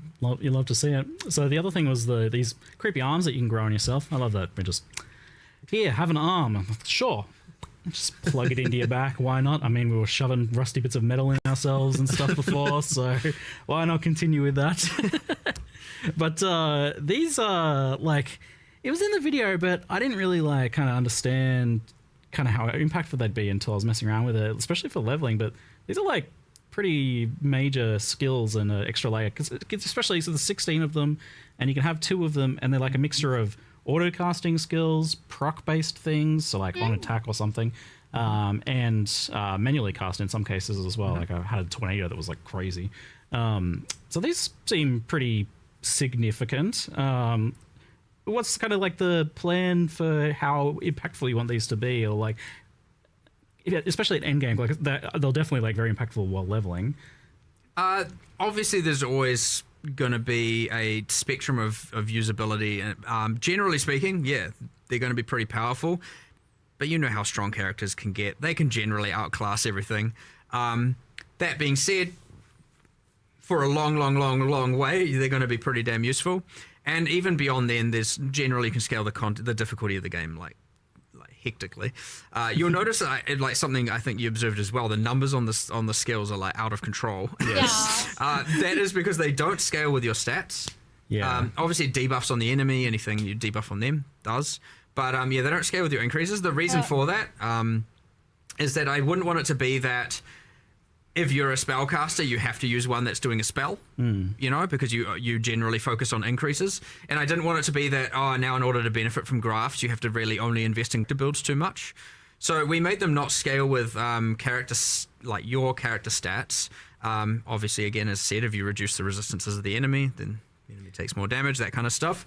But yeah, there's a kind of a lot of them that vary from utility through to just like pure offensive power. They all also just come with stats, so, and yeah, as you said, if you didn't want to, like, there's ones where you use skills and you can use that tactically, you can merge that with some of your abilities, or if you just want to, you know, effectively let it autocast, there are versions for that as well. If you just can't be bothered, that's also fine. And honestly, the worst comes to worst, at the end of the day, they still kind of just give some mods, and that's fine, and they are obviously used to, if you want to get one that just like specializes in harvesting more graft blood, that's also a thing you can do, because those systems are linked. Like the grafts do gain the graft blood, which is what you give to the Genesis tree to give the items. So there's kind of a nice interlink between, I mean, they should really be replacing the power that you previously got from mercenaries, right? Like, if the league needs to give you something that's going to fit in that power curve, so therefore you could look at it in a similar. They are mercenaries on your back. Yeah. In a way you could say that. Yeah. That's what I was kind of thinking when I was messing with it. It's like, okay, so we're gonna have two of these. It definitely feels like how I was looking at the mercenaries and picking mercenaries that had like two really good skills. Right. It was kind of a similar idea. So the design of mercenaries has informed this somewhat. Then it seems. Sadly, you can't gear your arms. No. Can't put items can't on. Put a bunch of rings on. Tell your arm to hold a sword. Yeah. You know? That would have been kind of fun though. That would be pretty cool. The way Octavian explained the graphs to me was, he said they're not you, and I'm like, somehow that's really creepy to hear. It's like they're attached to you, but they're not a part of you. That was explaining the scaling. Like that's why they don't scale with your stats, because they're not you. They're independent life forms, and therefore don't benefit from your passive tree. We didn't do this, but we had a desire to do unique ones, which I thought was kind of going to be fun. We might do this later, like going core, we'll do it, but we're like, wow, those numbers what are if crazy. you, and I think it was Octavian's like, what if you had a leg growing out of your back? What does that mean? And you know, I was like, what if you had like a good jacked quadrilla arm or something? Because I was like, you can just have unique ones where they have like just like deformations, and you can have like random, you know, deformed crazy things going on, or like, you know, I think I had a design, I was like, what if there was one that was like converted, you're like, I don't care about the league, it converts all graft blood to gold or something, and it's a kind of like cursed pirate treasure arm or something, and you know, we'll see if that goes somewhere later, but I think that could be kind of fun to play around with. There's definitely some sort of like biomutant kind of combining of limbs and genetics and stuff potential here, maybe. Later mechanic, right? Like nice to have these things you can expand on. Yeah, so it looks like you can synergize with them, but you don't necessarily scale them directly, like you're saying. You can debuff enemies and things like that. While we pan down to some of our additional questions, but the damage noticing some that get crazy. mentioned a lot in chat that we'll kind of transition over to briefly. So WASD gets mentioned a lot. Like if that's something that's planned for Path of Exile 1, if it's feasible, what goes into? So in order, pretty big deal. In order for WASD to happen in PoE 1, we need to get the rigs from PoE 2. In order for that to happen, we need to finish moving all the microtransactions over, which has definitely been a bit of a slow task that we kind of, need to get through. Yeah. And so effectively it would be like, we do want to do that at some point. And then after that point, we can make WSD for PoE 1. But yeah, it's just a question of getting through all that work, and then we can do it. Like, I'm not against it by any means. It's just, it's just, I want it to happen. It's just getting all those things moved over to the new rigs is the limiting factor. Yeah, and you want it to be kind of reaching a certain threshold, it seems like, of quality. Well, I mean, so yes, you can do it. You can do it Like by a just like controller. where the character just rotates. Yeah. But I wouldn't say that gets like that. The quality of that is really not great. Like I don't think it feels good. So I kind of want to make do it with the proper rigs that we're going. And look, that would be so beneficial to everything anyway. Like we're highly motivated to do that because it means that we don't have to rig a bunch of stuff for the old rigs anymore, which a bunch of artists would definitely appreciate. We will get that done, and then it's going to take a while. Like it could be quite a while. The biggest benefit from the rigs is just that we're going to then be able to actually do a lot more new skills. Animation in PoE 1 as well that actually use new animations, and it's not going to be an absolute nightmare to try and make. So that's going to be epic when we actually get to that point and can just be like, okay, floodgates open, let's go and make a whole bunch of new skills that are using new animations. Because you'll notice, even though we have a bunch of new skills in this patch, it's all using the existing animations and different means of delivering it. So generally speaking, we have kind of your spell projectile, spell AoE, spell buff. They're kind of separated into all these categories. And so when you generally do a buff, you just use the buff one, and AoE use the AoE one. But as a result, we don't have just cool bespoke things where do a flip while doing crazy stuff like that. We're not going to be able to really get that in PoE 1 just because the cost is insane to animating that. You got to do that on 7 different characters, 7 different rigs. But I don't want to disturb him by reaching for the camera. Yeah, with every single weapon set. And because generally PoE 1 doesn't have as much restrictions on the weapons to skill association, you'd be like, it's not great. It's really not great, and it would be the cost of doing that would mean we'd have to do so much less other stuff. Just a random tangent on why the rigs would be beneficial as well. Immediately, I'm just like, oh my god, please, I want to do new skills that are But we will do it. We will do it eventually. It's just porting all those stuff. Yeah, well, it's an interesting insight that you even plan to kind of bring this PoE 2 rigging system over to PoE 1 for animations and things like that, because that indicates that the future of Path of Exile 1 is not very static visually. Obviously we're seeing new stuff getting ported back, but potentially a lot of stuff getting remade and updated, and PoE 1 is anticipated to change a lot in that regard over time. Well, I mean, it just for no other reason that it makes our lives easier, we need to do it. But yes, it will have the side effect of making the game look better too, which I guess is good. So another thing I saw mentioned in chat quite often was asking for Trial of the Ancestors, and what's the plans or status of that? I mean, we want to do it. That ultimately is just a resource thing again. It's it's one of those ones that it can't be 1-to-1. It was too gameable, too solvable. Got to a point where I was like, this is the strat you do. We need to fix a bunch of stuff with it. It's not out of the question. It's honestly just whenever we assess the scope, it comes up all the time. And it's we could do this, or this. What do we? And it's always going to come at a cost to something, and it just has been so far. At least 326, 327, that we've wanted to make sure that we had other priorities, I guess it's safe to say. So TBD, who knows? Every single time we don't plan too far in advance with this stuff. So generally, when we are at the next league or the next 2 leagues worth of discussions, it's we have a list of things that we could do. It's in that list. I'm sure it'll come up at some point.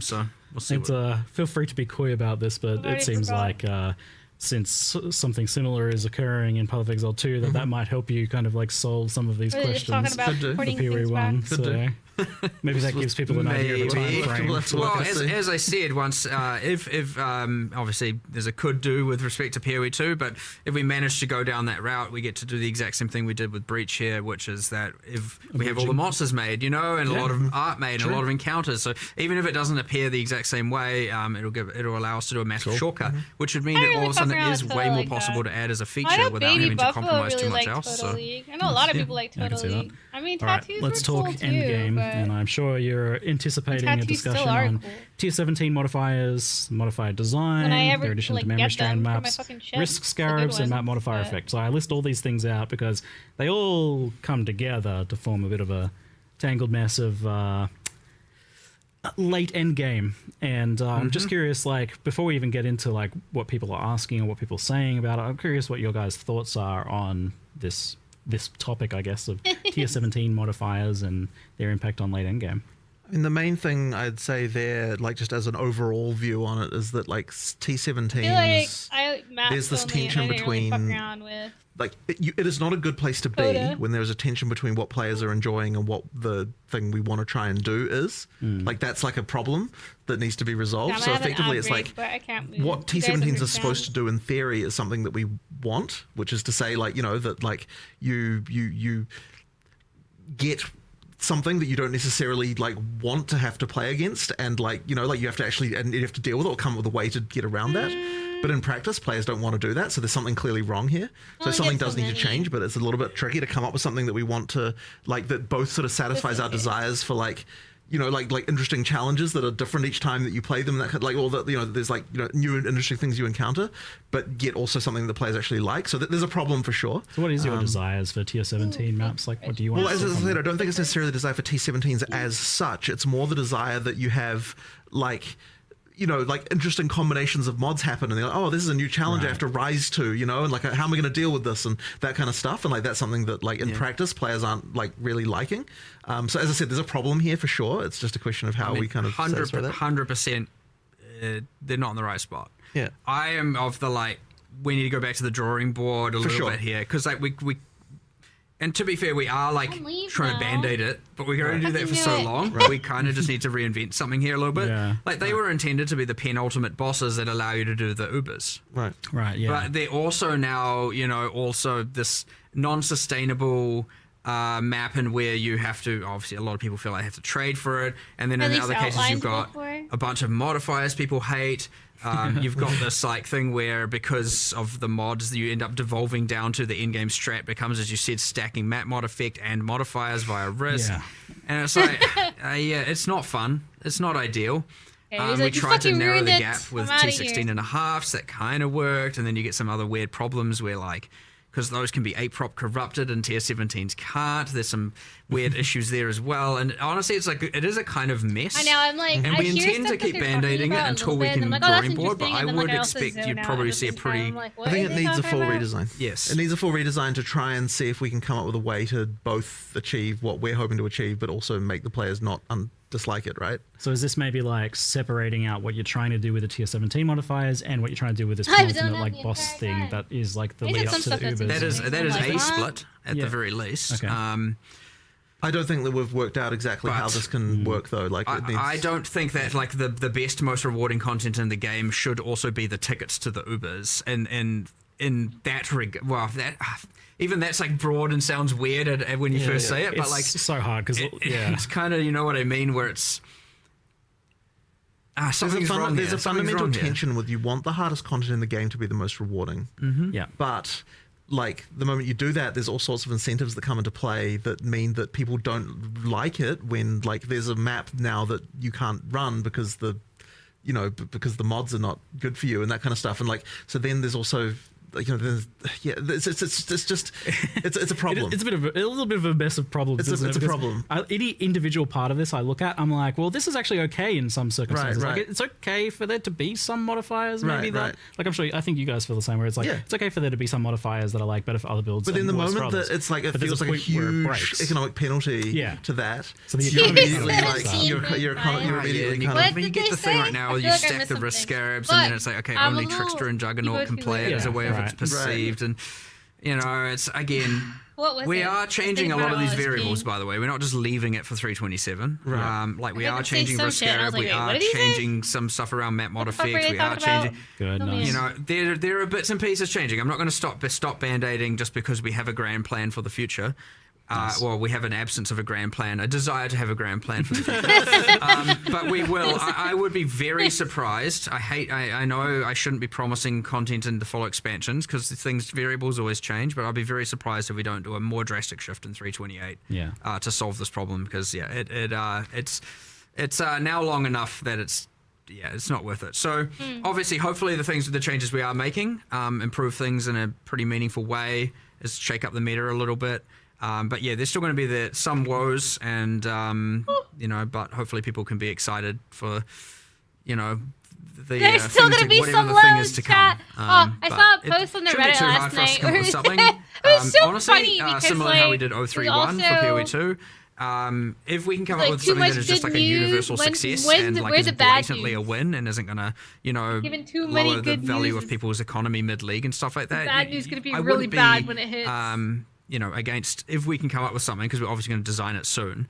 If we can come up with something or a piece of that something to deploy to mid-league, mid-keepers of the flame, I will push for that. We'll just have to see if that's something we can actually do, because I often these things will mean like, oh, now all of X will become devalued, and I don't want to like ruin people's mid-league economy and wealth and just destroy it because we decided we want to make a change. And so there's considerations to make. Yeah, from speaking to Octavian about the tier 17 modifiers as well, I can tell they're kind of weighing on him, like he really wants to do stuff with them. I think we're all on the same page. I honestly don't even know if anyone really is disagreeing with, like, maybe in little ways, but I think everyone's kind of. Okay, I gotta ask, like, is there someone who loves the 3 seconds out of every 10 seconds you can't deal damage modifier? Like, Yeah, I why? like it. okay, Like, tell me who? why. But I play support characters. I don't deal damage. Okay. All right, you're gonna jump on this grenade. Okay. How does that modifier come Yeah. into being? No, I mean, to be Explain fair, yourself, I finish your fucking like sex. things that are just a bit more. I'm a bit more masochistic in Yes, that regard. that's So, what I was gonna I'm not attempting to put my masochistic views on the player base. I understand that, generally speaking, people aren't for that kind of thing. Yeah, But I also like trying those things, seeing how it is, and there are 3 seconds is a places, long there are things time. where these can exist. Like if this was behind a couple more layers of some sort of more niche corruption mechanic where players, or some crafting system over here where players can kind of choose to do it but don't feel forced to do it. Those things can exist, and I want to make sure we keep that kind of stuff. But in the broad mod pool, some of these mods are At least when you're not really playing working. PoE. Yeah. Or like in a There's race, evidently. 3 seconds that is one like and you the, fucking lost like by a action lot. speed reduction from Like, using your fuck. skills, and I think there was the petrification statues. that got Close, mentioned a but lot not as close well. enough, you Yeah, know? it's the drowning orbs plus that, plus it's just like, okay, look, thanks for making me slow. I mean, the thing about slowness is you do feel it, hence why. Whereas yeah, you like feel often you can just be like, I'm just gonna ignore that. That's a nothing mod. Yeah, pain honestly, sensitive. I probably need but it's petrification a bit statues overboard more. right now. Yeah. Yeah, As long it's as like, my character has I'm- survivability, like 3 I see seconds the is problem whatever. here. Like, I'm if so you're torn like a because I glass want cannon, these 3 sorts of- seconds is an I extremely get the idea long of these time. modifiers being To like do things no that you fucking can feel, damage. like that they are. To have a all bit of an the impact, 2-second but not Andes. just like Well, I don't want everything to So- just be another multiplier, making just the monster saying, get you closer know? to one-shotting you. You know want what I some mean? mechanics to happen. Yeah, you want something, but there are some that are okay, and there are some that are not, and we just haven't Hello. found the perfect spot. There's an analogy about this, which is like, how do you feel about immunities in D2? It's another sort of similar situation, right? Where it's like it Yes. forces you to change something about what you're doing, and a lot of people just really hate that. Yeah. And it's kind of like a similar sort of situation, I think. Yeah, and I'm the same. Like, I like the idea, but I don't like the execution of that at all. Yeah. Right. Or the And I impacts think that we're it actually sort of has. running into a similar situation with Yeah, this is it is kind of your. Yeah, I mean, we've danced with this a few times in the past. for sure. We had some immunities on some pinnacle bosses and stuff like that. We talked about it in previous chats a long time ago. But yeah, so it sounds like turns me into some of those snail. modifiers are One changing. shot me or Then maybe if deal nothing no else, maybe it's the damage for a bit. band-aids. But and- I'm trying me I on mean, there's cooldown band-aids or like that, but reducing yeah, my no, there is movement something to like negative one. wrong here though to solve. Yeah, that's all. petrification I don't know if I can say more than that, really. Yeah. Yeah. With the I think- map mod effect and the They're Atlas so tree in fucking particular, annoying. I'd I never rather there was see like 'em. 15 think you different can, ways to like, scale difficulty and despawn it reward, as before it opposed to just casts, like, but here's the stat I I'm stack. not paying attention And to it's just that. like straight multiplicative. It's, I don't know, I want, It was funny because obviously a watching lot clips of the of stuff on the people tree who is got, affecting the like, leagues and of the content. chain I want more than petrified, just map though. mod effect to be the way that See you that can last multiply. It's week. just, oh, do I want to focus on this or do I want to focus on that? And there's like different builds within the like making things more harder and It more made me rewarding. laugh. That shit was But funny. yeah, right now It it's just happened like, to well, me, obviously I but just stack it all of was- that. Like quantifiably, it's obviously better, you know. And like there's, I don't know, it's a little bit lame, honestly. It's kind of just a boring For thing visual right clarity, now. so even if and, there's counterplay, you can't see the telegraph. you know, Yeah, I think you can I kill don't know. them This fast enough. but, again, drawing board, I can't see 100%. Back to it, revisit it. I'd be surprised if we're not doing something for 328 as much We're as not I looking hard enough. told myself I wasn't going to promise following expansion content, but There's some patch notes coming out later today. Is that, or is it later? Yeah, I don't know what the time is, but our 11 a.m. NZ or whatever it is kind of thing. Like There'll probably be like a rollout over time as well, from what I'm hearing. Like That's just generally the case because patch note writing is surprisingly I mean, it's not difficult like I play any builds with the takes intention quite of a while to having get all that visual stuff clarity. together. I mean, you've got an extra week to make additional changes. Like people are like Sure, saying there's this always and they that like too. get extra ideas and stuff. And some of this stuff may be in there, but it can be have a look at some of those in there. But it sounds like we're kind of on the same page with you guys, at least regarding a lot of that. Yeah, I don't think you'll. I mean, obviously, it obviously needs attention. So yeah. All right, it's cool. So on Endgame though, in like a longer term, from a longer term perspective, we have a pretty good Atlas Endgame system right now. Like I think it's pretty well liked, apart from this issue that we just talked about. Like overall, the core of it seems great. Like I can sing many praises about it. But previously, like historically, you've done a lot of complete Endgame overhauls. And to the point that it was definitely a trend. Like it seemed to be like the way that you guys would go about it. Like every so often there'd be a major Endgame overhaul. Is that still the case? Like have you achieved something that you kind of want to keep and maybe change instead? I don't think that we would want to not overhaul the endgame again. Like the reason that it's not like we're like, oh, this is what we're set on. We're now just going to keep this forever. Yeah, Certainly not. that's true. It's more just Be it comes hyped for down the to league, like but it it's is always, hard like, patch notes to to come take up your with break, the ability to whatever the fuck do you're trying to a do. scope for that, and it's been But that especially kind of hard. Glasgow looks You know, since cool. we've had I like wonder how hard it PoE2 is in going to be to get those in early access. skills. So it's kind of like we just need to get back to a point again where like that level of scope can happen. And I don't think will be necessarily that far away from the point where that should be fine again. It's just that like, like it really is just a question of like, can we get the ability and time to do it? Yeah, like I don't think, as I said, I don't think it will necessarily be that far away before we do something like that again. And like you do need to change the stuff every once in a while. Like it does become stagnant eventually. Interesting. So like I think we should do another big overhaul. But obviously the term overhaul can mean a lot of different things, right? We should be careful with overhaul. Like it's not like it's going to change into like a it'll still be fundamentally the PoE1 Atlas and the. None of the overhauls we did changed it too fundamentally, I would say, in some respects. I mean, yeah, there's big changes, but Yeah. I guess it depends on how you look at it. But it's not like we're going to suddenly be like, oh yeah, we're changing it to be like a PoE2 like system or something like that. Like but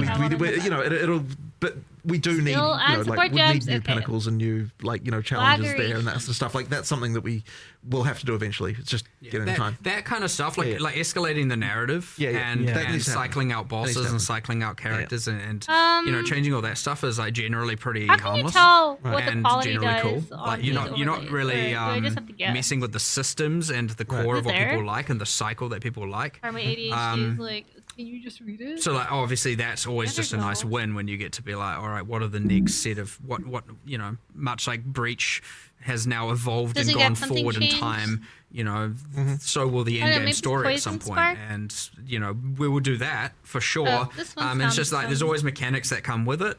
And Swing your sometimes if wand. you add those mechanics, they Cause can't a number coexist of with some projectiles existing to rain ones down because it within a overcomplicates large everything, area it becomes a in front of mess. you. I would hate to have, I don't want to add more systems and now all of a sudden it's extra steps even more over to have to do on your maps before you run them and that kind of stuff. So sometimes things need to be replaced, but we appreciate the fact that PoE1's endgame is in a pretty overall. I mean, everything always has its problems. I'm not going to deny it. We just discussed them, as you said. Good luck. But it's in a pretty damn good spot, and there's so much good about it, and I don't want to ruin that. So we'll be very careful with that stuff. But honestly, generally, we'd like what you might find is that we use this T17 thing as a motivation to go, what is the redesign? Okay, let's use that as the like crux of what we design around and fix the problem both narratively and like game design wise by removing these problems from the game, creating something new in its stead. And yeah. I think what I'm I mean, most maybe a curious lot of about is skills like, if let's say change. you went into a meeting today to try and come up with a new end game for PoE1, like an overhaul for it, would it still have an Atlas passive tree like it has now? Yes. Yeah. Yes. I already, That's just there's no way beginning. you'd get rid of that. I already Yeah, know. damn it. I already know what it is, so I already have it in my mind. Oh, okay. You were saying before last time that Deep in my mind. you've but got it's a there. you got a story arc planned Well, out. the Secrets of the Atlas was intended to be part Yeah. one of a multi-part, right? So definitely set I've us got up. the other parts, or at least most of it. And yes, the tree is still there.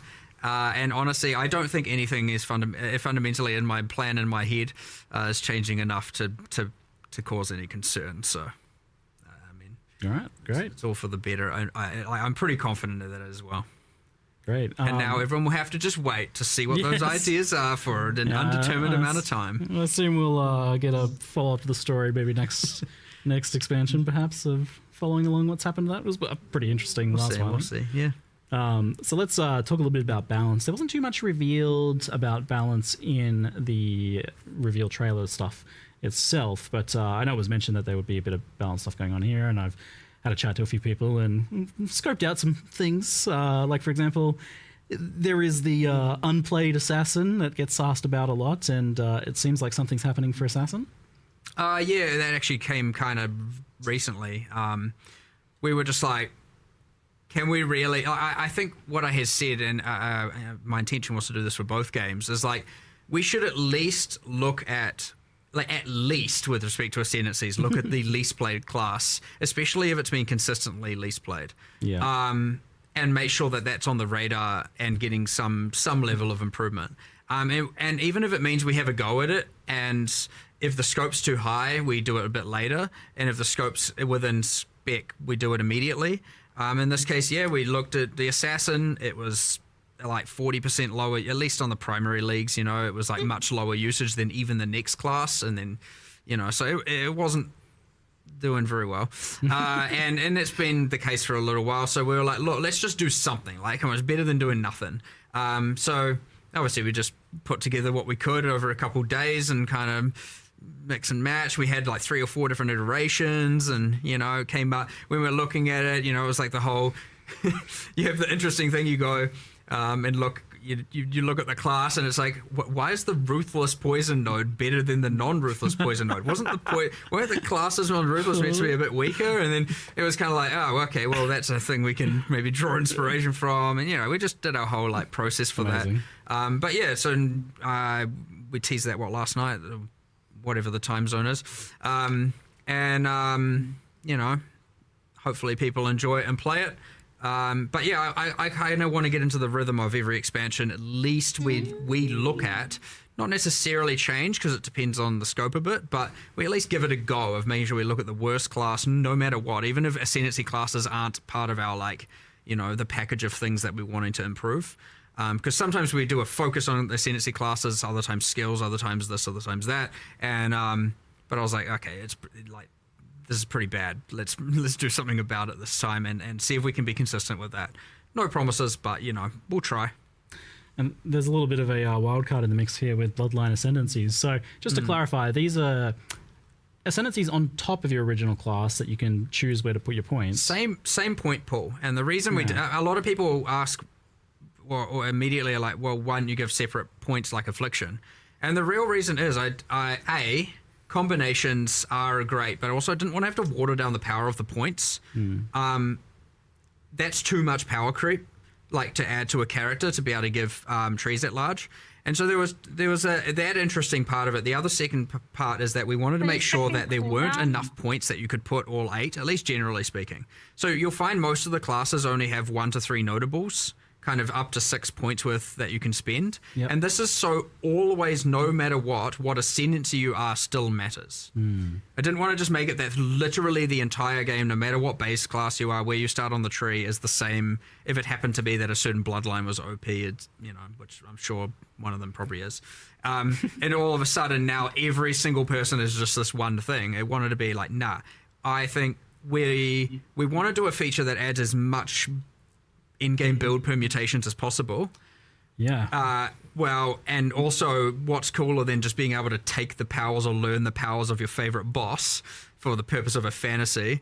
Let's mix and match these things. And now you get this cool, like, okay, I'm a Templar. I'm all about, you know, holy powers, but I'm also going to embrace my dark side over here, or maybe the ways of the Asmerian. You get like a freaking 𝙎𝙏𝙐𝙁 guardian thing or something. Oh, sorry, I've got support classes on my brain all the time. So, you have your Slayer something, So, the permutations honestly are endless. And obviously metas are found and builds are created and all of that. But what we obviously find is that, there's a few awesome perks here that I kind of like.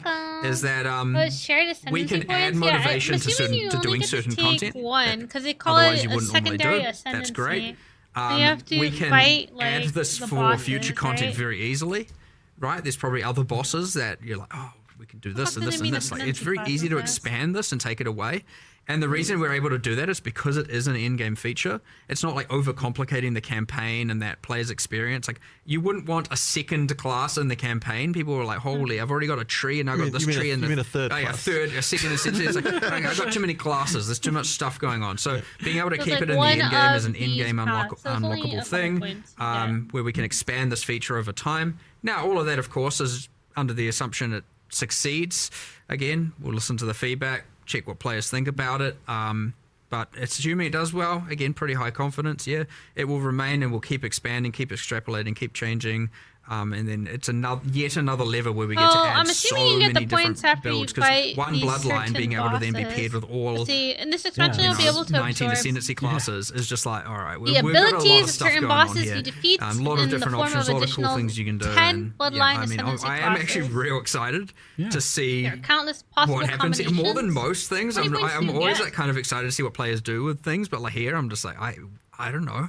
Well, let's see what happens. Like, it's gonna be real cool, and I suspect you'll get like for quite a while people narrowing down on exactly what the perfect combinations are for different things. You can combine Well, it definitely seems like one of those things where you just design something cool and we'll see what players do with it because there's too many permutations there, right? Like I don't even know what the math on that is, but it's pretty crazy the amount of like new nodes. Or do I have to choose my ascendancy points to do this? Several dozen new nodes accessible to all of the existing ascendancies. That's a lot of numbers. Yeah, I'm like thoroughly excited. I'm gonna just do the whole like, what boss do I feel like being this league? I'll just see if I can make that work, and then so I'm actually gonna go backwards. I'm gonna pick my bloodline based on what boss I want to kind of embrace the power of.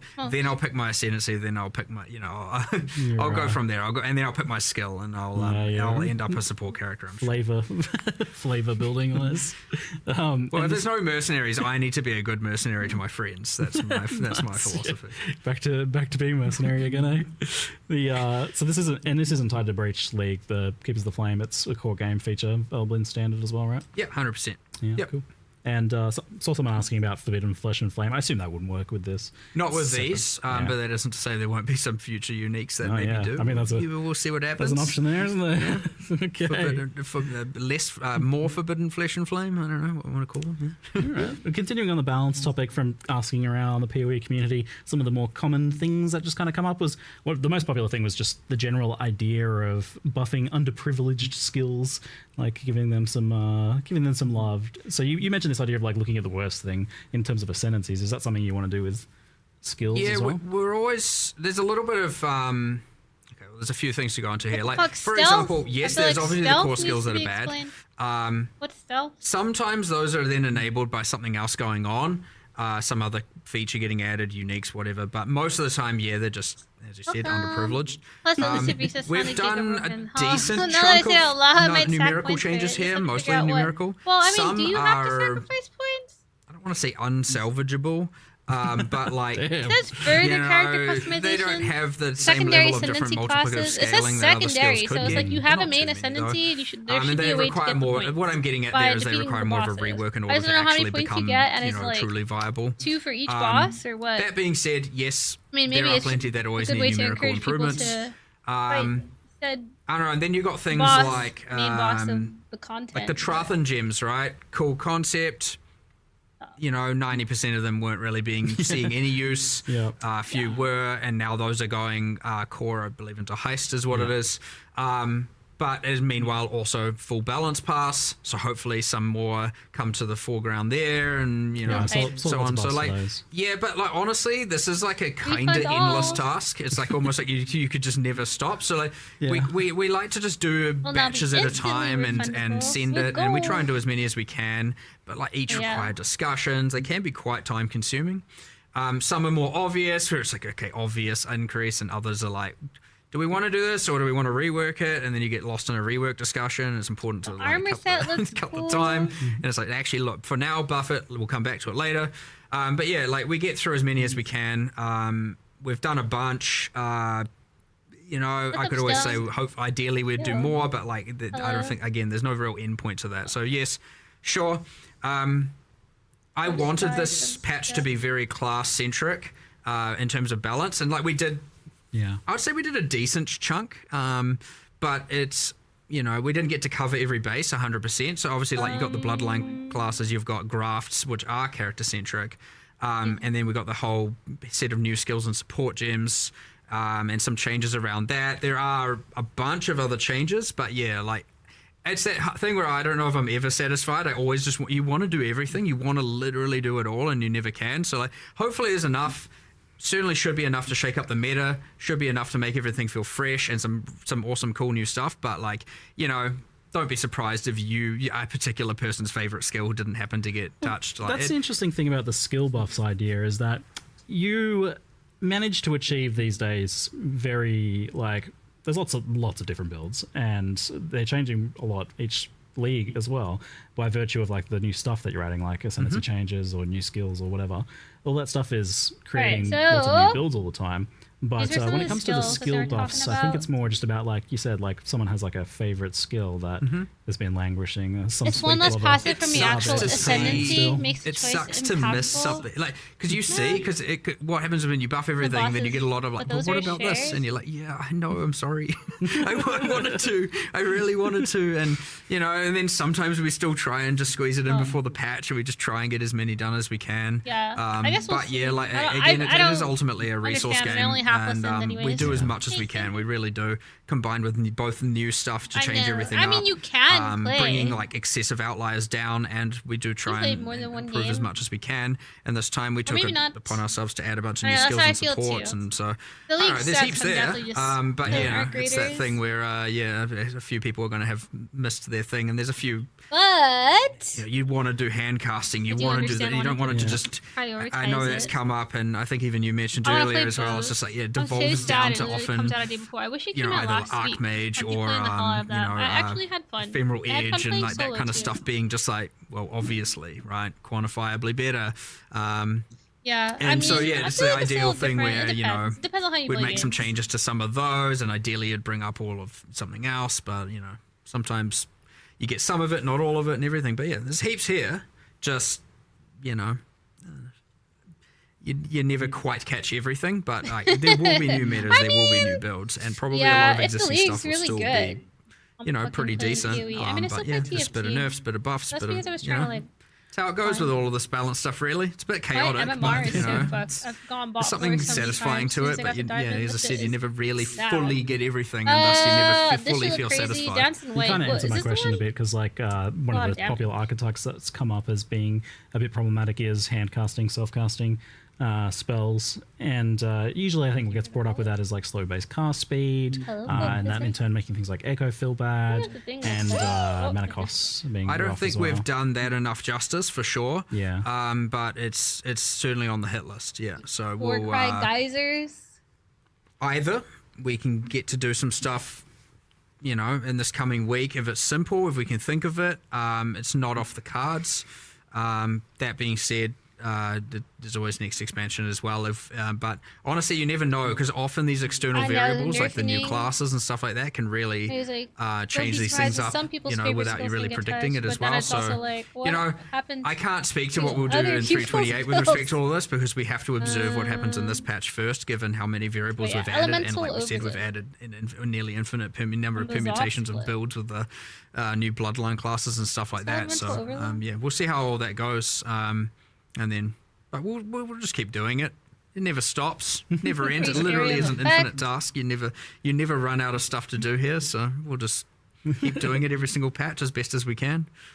One that comes up a lot is the kind of dominance Always of have ES stacking and 22 kind of stacking hands. builds in general, but ES probably has For been getting 4.5 mentioned a lot meters. more. Forbidden Ride, Ephemeral Edge, things like that, but also just Meters like ES 3 feet, compared to life as well. Yeah, it does happen. Classic.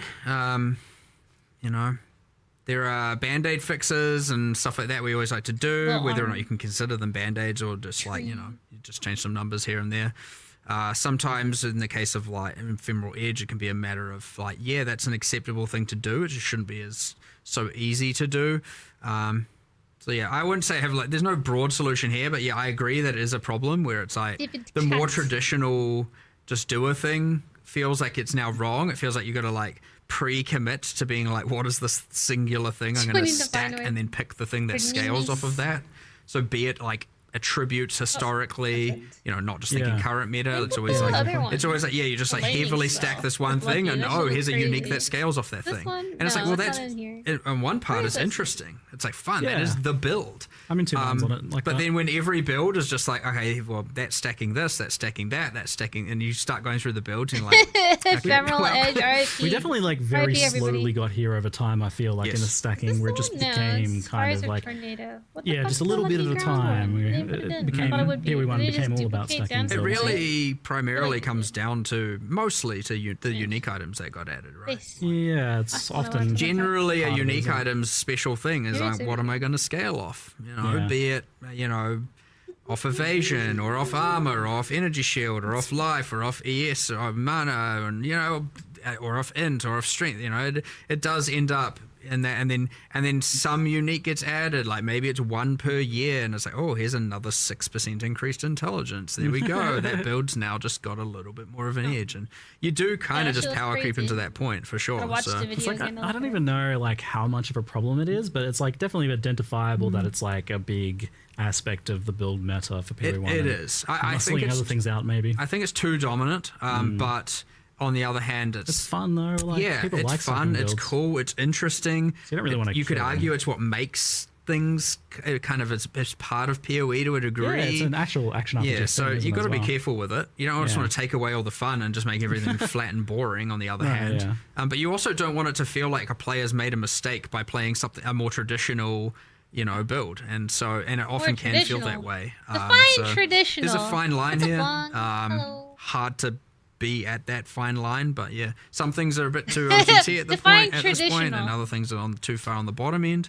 And the other problem What is does that if mean? you start buffing all the Like, skills, I just well, tried a to lot of those freestyle a skills build on might my see own, use, but they'll still and- see use in that stacking ecosystem. I can't do any and then it's damage. like, well, if you really I made a don't know new how to build at fix that it. point, like, I yeah. think that's sometimes the problem Basic is like, attack. oh, my builds feel the same because Yeah. ultimately, like, I'm using different skills, but they're all I'm just stacking on all of them or something Yeah. like that. I don't have a here's the solution. Yeah, because it I really don't know isn't if there how is it one. actually. It's not really how it Kind of plays. gauging your thoughts on it. Yeah, overall. I mean, I I don't know. enjoy I think there discussing needs it. to It's be just more a matter things of that are like. viable than It's more, honestly like, more things. 500 nerfed. In different my solutions, opinion, and we need to just perhaps, chip away at them and but that's always been my mold it, opinion. and it will eventually shift let into whatever something be else, fine, and then but that will be put other meta, and things then in that will be so complained people about are, probably like, after a excited while, to and try then something something else. else will be, and it's the cycle. It is balance. It is an, as I said, it's an Shut up. infinite amount of work, and we just need to keep doing it. Like, you Yeah. don't give up But on it because that's it my can mindset never be about it. solved. You just keep You know?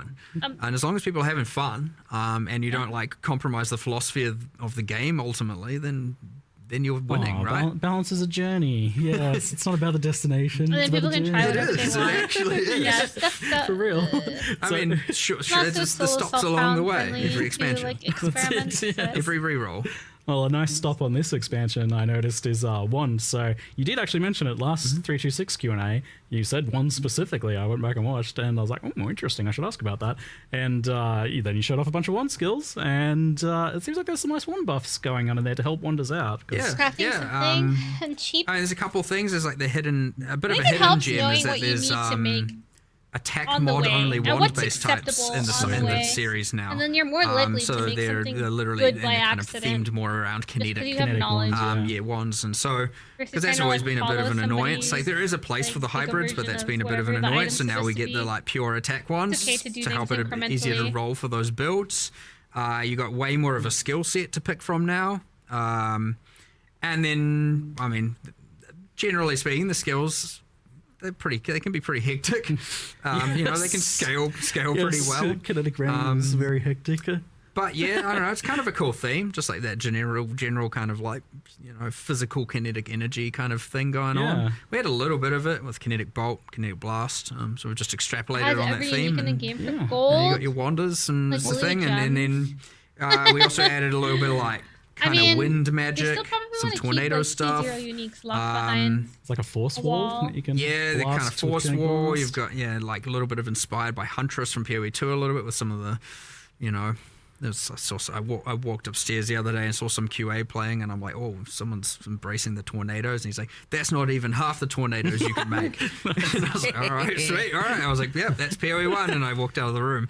I was like, all right. I blasted like I won through 4 yesterday. Are you winning, On a son? Wonder, I was just like, man, this is so Oh, good. I was shit. having And the they time said of this my was life. about It's like, oh 6 my p.m. lord, my and the time. new skills and the wands. And it's like it's not just the kinetic ones as well. Check Like out it my actually pairs pretty well tornadoes, with the other ones Dad. that have like the flat added elemental damage. And Yeah. it all kind of came together a bit. It's like, oh, Cool. I definitely in the That's good, past I though. just kind of like At least wrote they got ones good off. I was like, QA yeah, they're people never on gonna the get the team. ones. It's like forgotten about. We definitely had It's some always leaks been pretty sometimes where I'm kinda just like, man, do these neat. guys It's actually even an know what the interesting fuck is thing. fun about the I mean, obviously build? it was designed before I started on PoE, and I always thought, I was like, yeah, that's kind of cool. Like, that wands that aren't about just spellcasting. It's, you know, they're about doing attack damage. I thought it was interesting. And then, Pistolero style. That's what I like about this, it. Dual ones.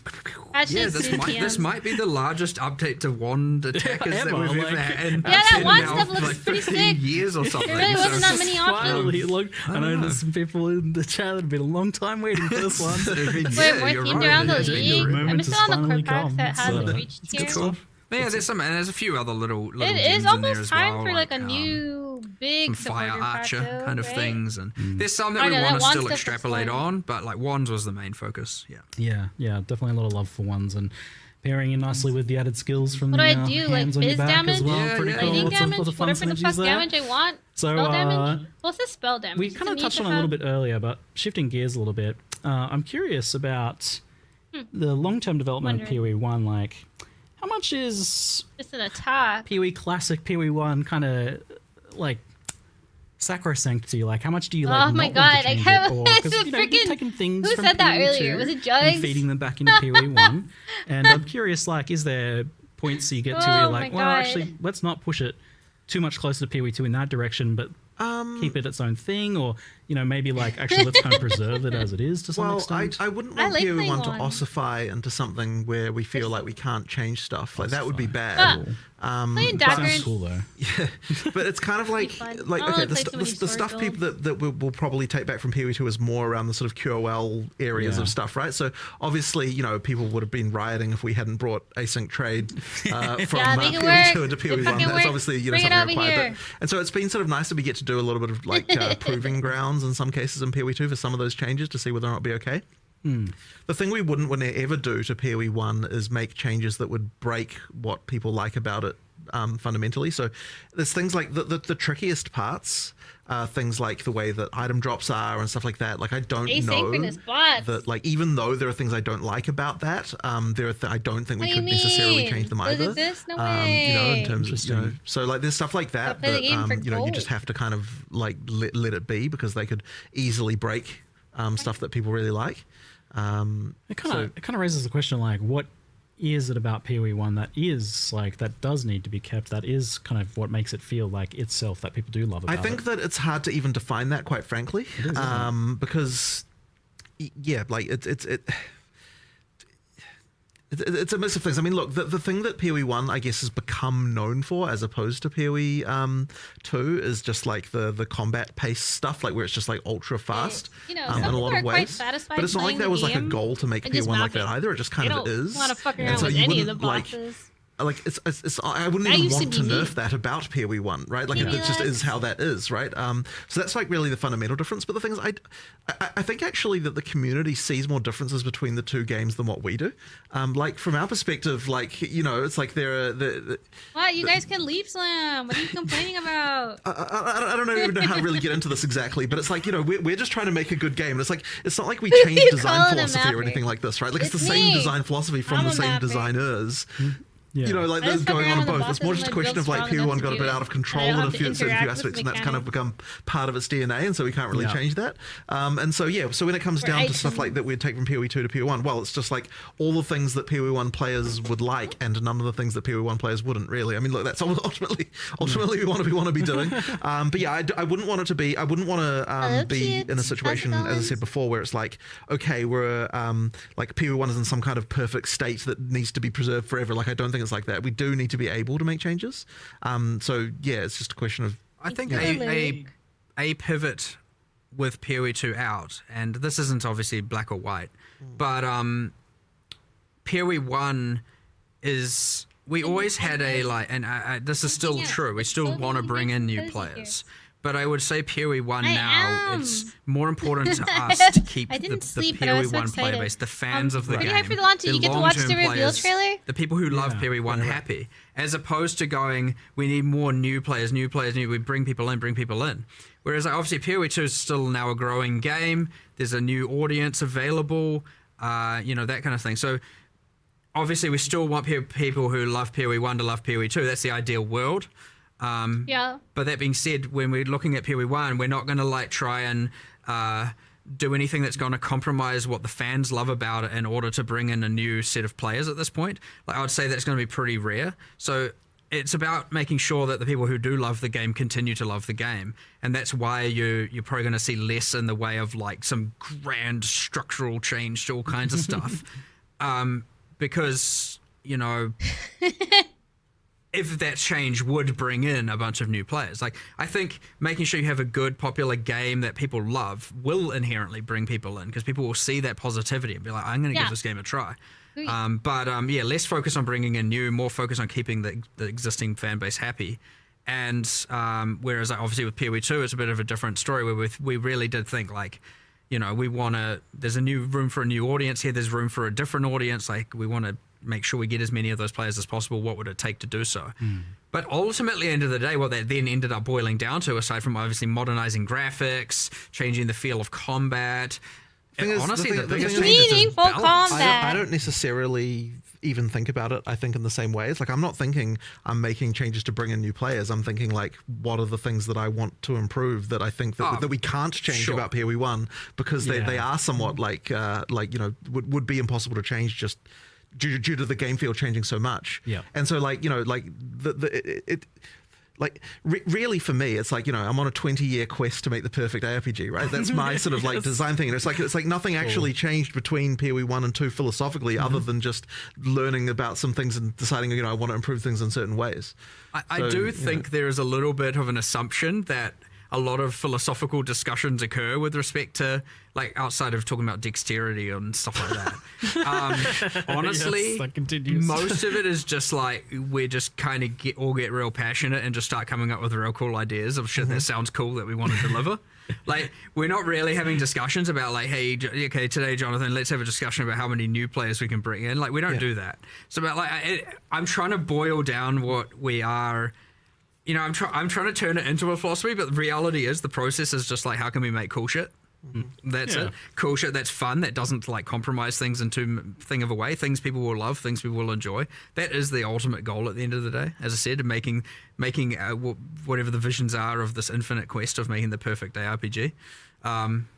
So like, you know, it's always interesting trying to be like, how can what are the rules? What are we going to change? What at the end of the day, it's just like, well, I don't know. We'll just continue to make cool shit, and that's just generally what we're going to do. And so, I don't know. It's actually a little bit hard to try and decipher that down into like a set of rules or something. You know, it's like, I don't know. If it's cool, if it's fun, if people love it, then it's a win. And it's good that both games have a bit of room to breathe on their own then, because you can preserve the things that do make PoE1 its DNA, but are objectively like limits to what sort of improvements you can make to the game. But I do have an important question for you both. What bonus should dexterity give you? Oh, jeez.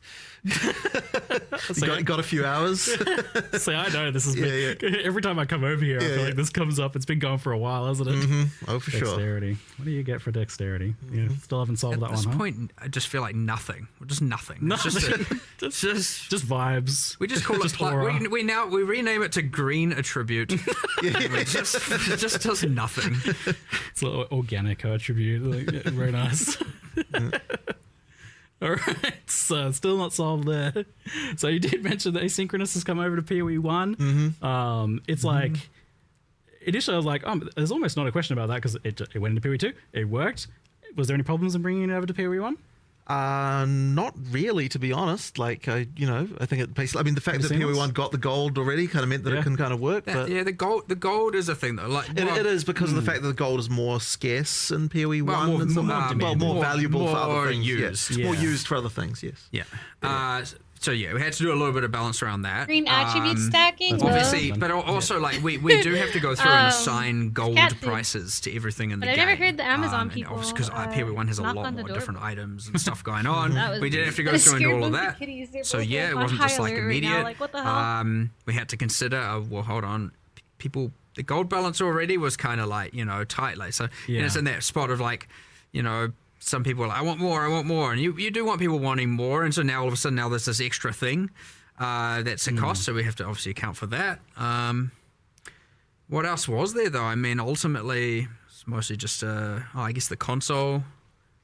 Yeah, so there's like the thing. So console previously had a kind of like trade board thing, which is made pretty much entirely redundant by this. So that old trade board is getting ported over into this system now. So that's we're actually deploying that. Just a fun fact. We're going to make a post about it, but we're deploying that a bit. The removal of that a bit early because we need. There's like a thing where we have to get rid of it before the new system is put in place due to just like database migration kind of territory things. So we're doing that like a couple days early to remove the console trade board, and then a couple of days later 327 releases. So there'll be a little bit. We'll do a whole post about that, just about what happens to those items. You don't lose your items; they all get put in remove only tabs and all of that stuff. But well, I'll tell you, for the PoE 1 only players who maybe haven't tried it in PoE 2 yet, it's been pretty phenomenal. It's gonna be so Asynchronous trade is sick. definitely like a massive quality of life improvement and very, very pleasing to use. It's a new era. We have a bunch of UX improvements we still need to make to it. There's it's got its kinks. So like, I wouldn't want people to think just because it's porting that we're seeing it as perfect. I know people have brought up having save searches. Being able to more rapidly, like you could control right click your item to automatically search for that item. We're getting that feature, right? I think they even That's incredible. Yeah, I'm talking about things that are in progress. Like that's actually wild that you're like potentially getting that. That's I mean, it's not like an hour or Is that two going to be in time for after, PoE 1's right? release? It's normally pretty long. I'm not too. I So long actually after haven't I followed ended up on listing the tons of exact stuff, not specifics having of many where that's money. at. But That was my experience in if PoE not, 2. it'll It's just be because mid league or something. You know what I stupid mean? in Like PoE 2. we'll Fucking try know. as soon as it's done people on want. both games. It'll get deployed. Since you're on it, I know was a there, little bit more in reason PoE1 why though, you so I can't have mouse faith. over items in like your sold But that items still one to means see you what need they to make were. like merchant I like that tabs information to be and like, oh, things what was that right? that sold for In 2D? PoE1, my tabs are also more valuable for me. But it doesn't. I to don't me remember, still. but it might have been that it For my would loot require hoarding. storing the item, which It might have would. been We discussed Well, I mean, originally how many allowing that. fucking I 20C think, tabs do I I remember have? discussing that before doing it, and we were Stuff like, just sits in that would be anyways. cool. That would be the thing we want to do. probably doesn't store it at the Yeah. moment because it's Imagine like there's a tech thing for that, yeah. it's not like, I mean, we could probably do it, but Okay. yeah, I guess it's a We don't browser show the alert cards then. notification, but it would be cool to be able the to set up, feedback like, and yeah. stuff, but Well, that's is that what they certainly mean? not, Like you know, live logging in the search? morning to If the I could just currency set up a live thing search myself for in what? game. But effectively, I think that like trying to improve the kind of price check experience Yeah. would be the thing that kind of like the next frontier of like in terms of the in-game UI being able to trade control- search yeah, and sort of that'd stuff. be nice. Slippery slope to slide down to. As long as we don't all of a sudden have like stock market esque UIs. No, I don't think we're not going gonna get that. Like, basically, we have to find a way to do that stuff that doesn't get overcomplicated. Yeah. So like but then that's Just the being able tricky to part. control, Like trying click, and to like improve search that. in game. Yeah, I know we've talked Especially about for like that a in the past, like how newer far you player would who doesn't know potentially about wanna push having that, like a and, trade tool I think or there is something like that. an interesting like opportunity you guys have to be able to help make that like much more sane for players compared to what it is now to price check an item, which is a very complex affair typically. So, but it's interesting that that's on the cards. That's something you're exploring, pushing further, not just kind of leaving. But I don't think that's going to come all in one grand moment. Like I think it'll be, you know, so this time it might be just, you know, being able to, I can't remember what the modifier keys you have to hold is, but there's some modifier keys you can do to like effectively search for the item that you've got under your cursor, and open up the board and see it. Nice. It's like, I got these decent pair of boots. I'll just search for that, and then you maybe lower the move speed by 5 or lower the life by 10, and you, or maybe the thing that you want to get into is because there's all the questions around. Okay, but what if these mods are irrelevant and you don't want to search for them, and like being able to do that right and skill. Exactly. It's like all of those things that need that need a little bit of UX around them. Yeah, I mean, I think that's what I'm excited about because with the right UX, you could really communicate that skill. they recognize that it's also Visual, like physical pain ways. points to have an attraction for new exciting players. Like anyway. they're saying, like they're not actively topic working there, to but, attract new trade players, is like, but it was obviously a big I thing. think And like for they a long also time, you guys were recognize that if they rightfully have afraid people of, like, enjoying what would both be the games economic within their implications of this? How would it ecosystem, affect like they'll gearing and probably have better progression? retention Like, and like I guess better, like firstly, what has better been MTX kind of the use sales rate overall. of asynchronous 'cause, trade? you know, Like, how people have been using So it. we were PoE2 checking will on this eventually recently. be I think free that to you got play. them to look up the numbers on that, and it ended up being around 50-50. just under Maybe. half were I don't know. using the Awaken new still new does a lot system more in than PoE just 2. fucking so far. search. I expect that to go up over That time. shit is hella useful. Is this like compared You to missed the everything. existing Every well, single it's just thing, compared to people Renard. using We're gonna normal rewatch trades. the announcement video, Yeah, no, from one versus the other. feel free to But there was also a watch little bit it of on filtering, your like, own. okay, if it's We're like with just your listening friend, to do we the count that or not, and like that kind of thing. Like there was a few things like that. Q&A that we, right now, would need to sort of we look at to see, like, you know, are questions around waiting that. for But the yeah, I mean, look, patch it's people who are using it seem to like it. I mean, Like the buyer experience is obviously way Smidge. better. We generally found like What if they implement I don't know in-game if it's still the price case checks and now, then but block like for a the while, API like the new calls trade for the system, market the items stuff? were a little I bit mean, more expensive. I think they so then there recognize were that people people who were also like, enjoy like the settling in. economy. I'll deal with and the stuff new. like that. I'll deal with the old one Stuff. because I want to think a Right. bit cheaper. But then I don't know if the they reason why would they're more block it. expensive is because of the fact it's easier to buy them, so therefore people are Maybe they willing just to wanna pay make more. it So you got simpler this for most sort of people are players to like, do things I'm just that going to they pay the can. extra cost because I can't be bothered with doing Exactly. it. So, I mean, you still Yeah, have yeah, to I use agree. the browser to I'm one of fucking, them. like, if Right, you want right. to live Money, yep. search, like, use the browser. But yeah, and it's important to note as well, and I just want to always verify this. If you are a PoE2 player Sources, and you the do have your add-ons, and the merchant tabs, you have argument them in of not PoE1 having already. external You API. don't need to buy Yeah. new ones. Evening. They Yeah, are I think shared, it's also, just to yeah, like I reiterate. said, I don't know, So, as a new what player, do like, think you don't has been know the, all that like, stuff. effect on economy and gearing, and like, is it as, you know, I guess I as bad actually, as you so. feel? I honestly I think want it's to look good. a lot more into this, and I sort of Good suspect change. that the damage, as it were, that it causes is like quite subtle and harder to appreciate. Yeah. I don't think there's no damage. I think it does matter, and like the things we were concerned about are real. It's just that like it's really hard to kind of quantify that. And I sort of suspect that at the end of the day, the benefits just outweigh that by much Yeah. higher degree, to the point where like it honestly, you know, like just should have just done it. Was the cost that needed I to hope be you paid? want But the thing that you were just saying, Happy right, is that like Announcement those Day. kind of like mid Or having that trade items tools are, or yeah, thing like behind now account worthless maps kind of thing, and that is also exactly the fair. fear that we had, right? Like that's the concern. Yes, Jonathan was asking me before this, like, Yeah. what has been my feeling of like Yeah. how it's affected my experience, and like I was saying, I'm the player who lives in that 5 to 10 C sale range, like Right. selling those items for 5 to 10 chaos. And that is exactly the fear that like introducing fast trade They're does gone, yeah. does kill the values there, and that like I mean that's a problem. yeah. But the only thing that's going to change that is if we increase gold prices. Now, there's going to be an interesting dynamic with the gold and PoE1, and like we'll sort of be interested to see there. But it's like we'll have to keep an eye on that Sure. one for sure. yeah. But it's sort of also hard to know exactly what's going to happen with PoE1 as well, just because there's so many more items. Like there's so much more going on. Yeah. So like maybe the breadth of the economy will kind of change the dynamics a little bit there. But it's hard to say. It's really hard to say. Well, like it's an interesting mixture of phenomena. Like you get the ability to obtain like your starter endgame gear for 5 exalts total. Like you can buy a set of gear basically for 1 exalt each. Right. So like that's obviously there's a big impact there. That For sure. I mean, that's that once again, that is the fear, right? it's just the like the standard now, the bar for like the Right. quality of our gear is raised to a certain point. Right. And then I guess that has follow-up questions like, you know, as to how powerful crafting is, how powerful like item drops are when you first get to early end game, like how difficult the content is. Obviously there's like there's a whole like follow-up here. I mean, we're going to have to effectively look at what all of that and adjust. And the thing is that effectively by making trade easier, it's meant that the difference between SSF and not is effectively increased. and that kind of thing as well. Like, yeah, I mean, there's some stuff there. But I mean, going back to PoE 1, I suppose, like, even though we've got this experience now with PoE 2, we're just going to really just have to see what happens in the PoE 1 economy. And there, you might have to be some adjustments, but it's going to come down to the individual. I mean, game. either way, though, like the amount of people I saw just being like, please just deploy a league. I don't care if there's nothing in it. As long as the trade system's but there, this I'll is the play. thing, right? Like it just kind of has to happen. Like, it doesn't even matter. Like, there can be problems and we'll adjust. Bro, them, but I we want to still go to have do it bed anyway. and wake up to money. So, you know, like, It's that's I want the little such an alert. improvement. Yeah, I'm loving it. I'm excited. It's good. It's so good. It's very, very good. The asynchronous trade's it's a still good going to be one. interesting to explore this, like maybe I like think in so. the next Q&A, like Probably gonna have to how do it a little looks bit like. more We just legwork have to to make see sure you're things over pricing time. That would be cool. appropriately. Yeah, But, I that's mean, crazy to on think you. about, you know, It does kind of like, suck because, like, what, 10 it's like years 20 ago, minutes 15 years ago, cooldown we're talking about timer, releasing right? Once you put Breach it in, 9 if years you fucked ago. up, it's like, damn. Now I who would have fucked up. ever thought we'd have gold and asynchronous trade and a currency market and like, holy, we're not actually are we the same sacrilegious people? back then to say. We are, but you know, I know, I'm not. It's like it's a good thing. It's it good. is. It's but- healthy evolution. It's good. Yeah. Yeah. Okay. So moving on to some kind of mixed questions. Mercenaries was mentioned to be likely returning after rebalance redesign in some cases. I'm just curious, like, does that mean that like some sort of horrible mercenaries are planned to come back, or is it more just about like having the duels there with the gambling or something like that? The intention is they come back. There's just a little bit of figuring. I mean, like with all these things, we have to figure out exactly what.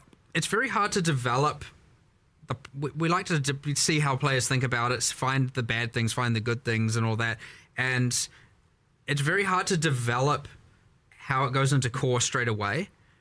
Because then you'd be working on that and some things might change and then you end up wasting a bunch of time. It's way, way, way, way easier to let it end, be able to process everything all in one collective and then make the changes and bring it back together. But like, what is it like? It's a great new player tool. It's great, like, or you know, less skilled players experience tool. But like, what does it look like when it's not the active league? Like, I don't want a mercenary in every area, and you know, there's all these kinds of like things you got to mess around with and change about how they appear. Is it on the Atlas tree? Are there scarabs for it? Like, what does that even mean? I don't know. And then you know, all the way through to you know, were we happy with how they were itemized? Like, you know, I thought it was too free to just put all the uniques on them without really caring about the downside. Like, they would, you know, there's like not they Yeah, weren't that shit balanced was quite hype. right. There were some that were terrible, Never some that again. were not so terrible, and like, you know, so there's just heaps of stuff to change. It's really hard to do that when you're in the middle of the league and where you're gathering all that information. So yeah, generally, when this is what you find with a lot of leagues, you get the league, you get a break, and then it comes back 1 or 2 leagues later because it's given us enough time to work out all those kinks and put it in game, you know. Fundamentally, though, like, so I quite liked Mercenaries, but I also see it as like the sort of thing that I don't know if I want it to always, like, you always have to hire a With mercenary. a selection of 3 of them. And that would be and then this is the thing with additive power like that as well. Is like the moment you've got that, well, what's the reason why you don't do it? Yeah. And that's answering that question, I think, is like So that's part of something you're the trying to figure out then. Is you'd have to have a reason. If you had a permanent mercenary and then permanent grafts and Exactly. like, It just will we keeps now have to going. start watering down the power systems? Exactly, and- right. There's questions Yeah. there. But I think there should be a way to bring them back, and you just need to find the right way to do it that doesn't involve everyone has a mercenary all the time now, which is fine in a league, but I don't think fine for just the game overall. Yeah, so I imagine it.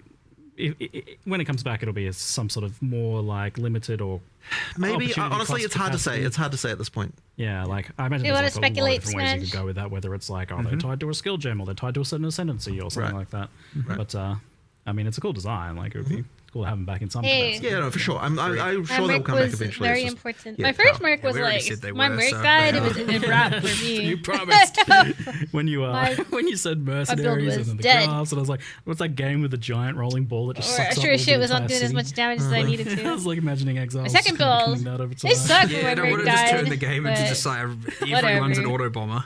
You know, with all their just like league mechanics, merc just with no killing everything Doriani for them. You smash. know? Sorry, thanks, Chad. That's What the hell hilarious. else? Giant all those calamari double ball damage exiles. items. So, that shit was crazy. We did touch It on was so gold. That was fun. good. You didn't play Heist is Merc League, you mentioned missed as out. getting the It Trothan was fun. gems added to it. Do give it a little bit more. It got some nice quality of life improvements. But something that I saw that was an interesting question was The same shit. Like if you didn't play Ultimatum League, at damn, one you point, missed out. Heist had these That like shit was extra fun. modifiers you could get on contracts to like make them more Yeah. interesting. And I don't Lucky really have damage. anything like that, Smudge. and I would go so far as to say right now Heist doesn't really have any decision making. How are you guys feel about the Imagine. state of Heist overall? It's not good enough. And this is the part of the problem is we were having. It's like, we want to do this kind of like mid to grand rework for it, like make it better and change this and change that. And then that was honestly what was holding up that QOL change, where it's just like, Right, because yeah. we also were like, we'll design it out such that the rogues don't have the levels, and it was waiting on that, and I was like, okay, look, at this point, it's been too long. We don't know when we're going to be able to do this. We can't say with certainty, because again, the same resourcing limits, the same argument as Trial of the Answers, the same as everything. We have to pick our battles. There's Goodbye, more battles Toda. than can be fought. And so, and the same thing, I was like, You okay, get well, tattoos look, from ships, it's we're not doing this fine. anytime King's March soon. is Then yeah, perma. we should do this QOL change, and we'll make little incremental improvements to them all the time. But yeah, it's one of those ones that needs some love Heist for 2? sure, and it'll come eventually. We cycle through everything eventually. Why are we doing heist So now? yeah, I mean, We can just do heist without having to level up the roads. You never know. You never know with these things because we assess the battles pretty every chill. time, and we try and pick the I know, best my ships fought were ones. pretty And unlucky. I know there'll be some people who are like, heist should be your number one priority battle. But like, I don't think that's the majority vote right now. So, we try and make sure we Heist is a tricky one because, like, I think it always suffered a bit of an identity and mechanics issue as to, like, what is it supposed to be? Is it a stealth thing? Is it a just run through as fast as you can? What's the decision making? for sure. Wow. But it's also, like, simultaneously, it is quite well loved by the people who like it, and it had, like, a lot of flavor and cool characters and stuff in it like that. So it seems worth salvaging. It's definitely rich of character It's super involvement, rewarding. NPCs and lore And it's and just like stuff good like that. small So currencies. it's nice, and it I named my sucks. daughter after one of the characters, so you better save the mechanic, please. Just saying. Who was that? Was it Talina. I was going to I was going to suggest one of the crazy character. That would be an interesting name for my daughter. Well, I don't know why you named her that. That's your choice. I'm a fan, okay? It comes up every now and then, of course. Campaign and leveling. At one point, I think like Path of Exile 2 was kind of like the thing that people were looking for to help save kind of the campaign experience for PoE1. But obviously, it's a separate game now. So. Yeah. Yeah, but you've done some nice improvements, like adding new things and doing a few little streamlinings of earlier acts. Is this something that you're still looking to continue, especially with the context of you're saying that you're like not really beholden to trying to seek out new players now, so it might not be as important as it once was, but I would argue it's more important interesting. because those campaign changes are what helps it keep fresh for people who are replaying the game. True. It's actually it's way more important for the existing players. So yeah, it is something I do want to keep doing for sure. Great. I liked the adding things, like different things happening in different zones, and you can kind of restructure some of the areas a little bit and add a little thing here and there. I like doing all that for sure. So yeah, I would expect to continue seeing things. I don't think we have anything particular in 327 for that, but it will, at some point we'll certainly be doing another set of things, and we'll try and keep that up pretty consistently. If not on a patch by patch basis, at least like, every year you get a certain set of them and stuff like that, just to help it feel a bit fresh. I also like the things you just get to integrate like some other random league into the campaign somewhere in a few areas. It's like, these areas are being overrun by X or something. It helps it feel a little bit cool, and the world is changing, and it's not just this static thing all of the time. So Yeah, I like the deeper integration of league mechanics into the campaign that you've been doing in PoE 2 and to a lesser extent in PoE 1. It's cool. That's good. It's a good way to introduce that stuff to people over time as well. Did you ever have like a crazy fever dream where you like dreamt having like a league where you have some alternate leveling experience besides the campaign? I know that's never been a That would be a bit of a tricky one to do, honestly. Yes, I know. What did you say? Yeah, I don't know. I think I'm pretty sure that has been something we've discussed for a very short amount of time, a long time ago. But don't know if we could really. I've had some fever dreams about it, but I've been doing it. What it was. In and out but it since this couldn't started. work. I just remember. I was like, Yeah, 'cause Different I know, leveling like, people ask about experience? it every time, and I'm like, I guess I'll ask in a creative way. Alt this leveling crazy option. question of, Yeah, like, just let me the fuck another out. way to level for the people who just don't like the campaign. Right, But, right. like, I know that you guys, you just want to make the campaign as good as possible. Like, Right. the answer is always, we'll make the campaign better. Yeah. But then I thought, yeah, like a league as a throwaway thing wouldn't be that permanent problem that you have there. I don't know maybe. about that one. Yeah, I don't know. Interesting. That's why you don't want to give something that's well. The problem is they'll like directly compete, and one will clearly be better, and then everyone will just do that. You can just make it really awful, and then they'll be like, "Oh, you're Great, right, yeah, all great along." plan. Let's just make some terrible content. terrible Yeah. No one content. will ask for it ever again. Cool. What is it? Incompetence. Yes. Character boosts for real money. I do want to keep making it fresh, and again integrating. I want the leagues to integrate into the campaign better and feel unique. Like, I don't know if you've noticed. It is a thing in PoE 2, and we're going to start doing in PoE 1. Every single area for Rise of the Abyssal has a guaranteed drop that drops from the chest. Yeah, it's great. And I don't know how many people actually know this. I know it's not a secret. The racers know. Yeah, and then like I think like for example, the Molten Vault in Act 3 has a guaranteed unique drop for the first time you do an Abyss there. Yep. And so you get to that thing where you get to like, and I want to make sure we're gonna do this system in PoE 1 by the way with Keepers of the Flame, where you get Double XP weekends. like a kind of extra Holy. I handcrafted would guaranteed log the drop fuck that we in. pick. Cool.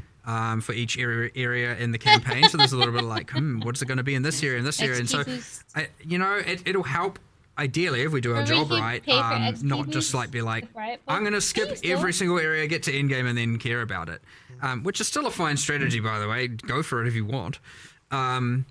But yeah, I don't know. Maybe you'll second guess some of it now, and you work out which areas you want to do. You know, I like that, but I want to make the active league feel more important in the campaign as well. So as much as we can do to strive towards having that be the case is always fun. Yeah.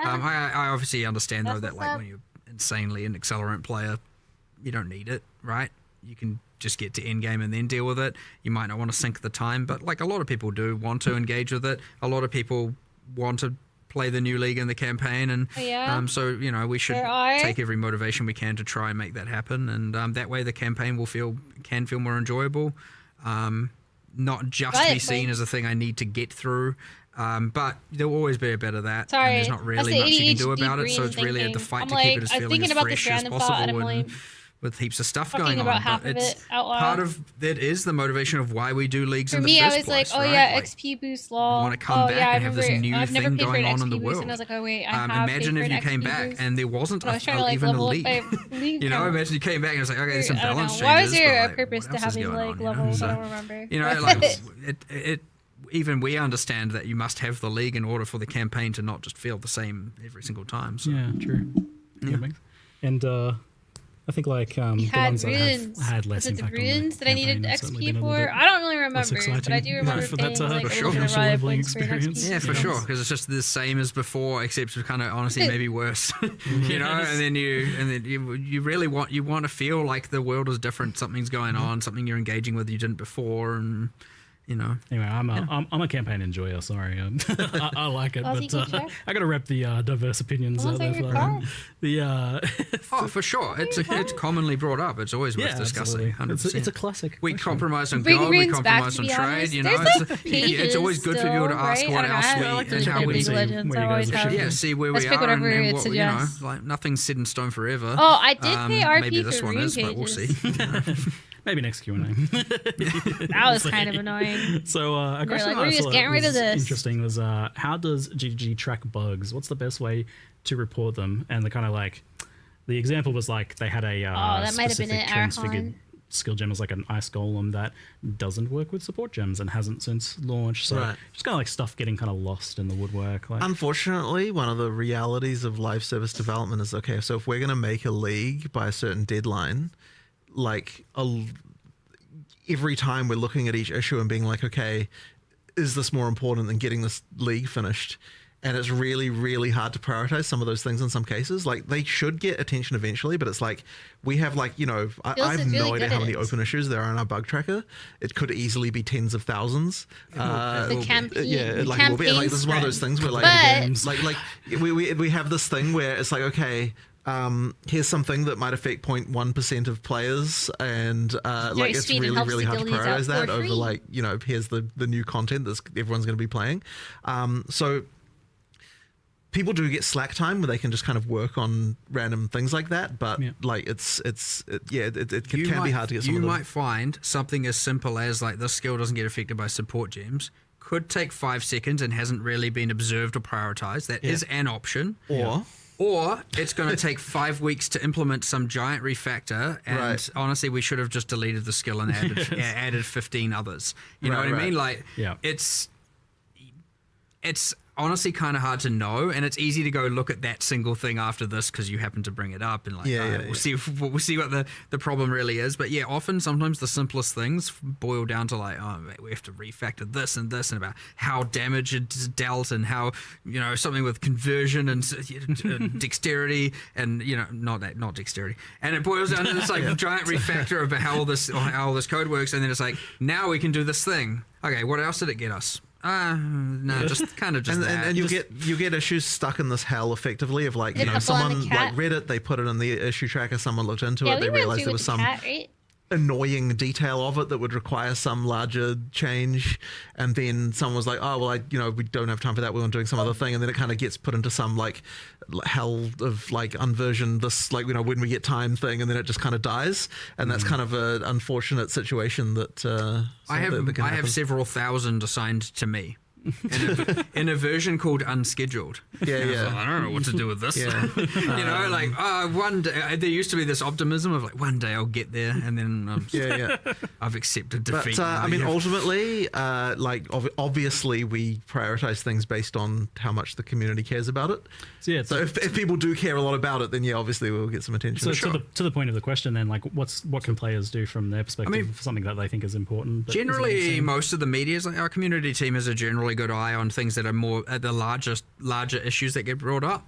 They do get noted down. They do generally get forwarded to us or the relevant people. For the fine detail bug reports, our QA team, it is part of their routine to go through the bug reports forums, and the forum seems to be the most pertinent place. That is part of the day-to-day routine of the QA team.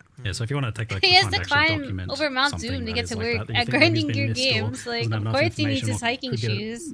The bug report forum. The slash bug in game comes with like a thing, but that's more about like terrain issues, or like something that's like, oh, what the heck, this generated weird, or like, what the heck is this weird thing here? It does give us a like recreate of the level, so we can come in and then like figure it out. But like, if slash bug going a skill is broken, or like my skill can't be supported, those two things are not correlated. So that's like, if it's like broken, and like if the level is bad, or there's monsters in the level, or something glitching out, slash bug is a good way, and then you just I feel like description. If you want to like report a skill or something like that, it's better on the forums for sure. Okay. I really wonder what happened in that one was year. dual stash tab, and also kind of tangential to that was it really just working on PoE? You said dual stash tab. I thought you meant as in two stash. I was like, well, I want more stash tabs than my stash tabs. You had the quad one. You want I want a halfway between that. That's too much. Okay. The items are too small. Dual. Right, I got it. Okay. Generally speaking,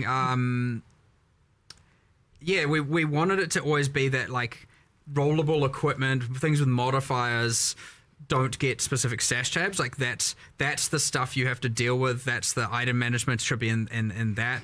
But then I understand technically compromised on flasks and bits and pieces, and it's like a little bit of a grey area. But like we so far have drawn the line kind of as just like, I mean, we've literally listed the rest of the stash tabs, and aside from adding new leagues and a whole bunch of new currency items here and there and stuff like that, it's been like, I don't know, I think that might be it. Like, until we add new stuff that requires new affinities, like maybe something comes with this league. I think this league has a locker, so whatever.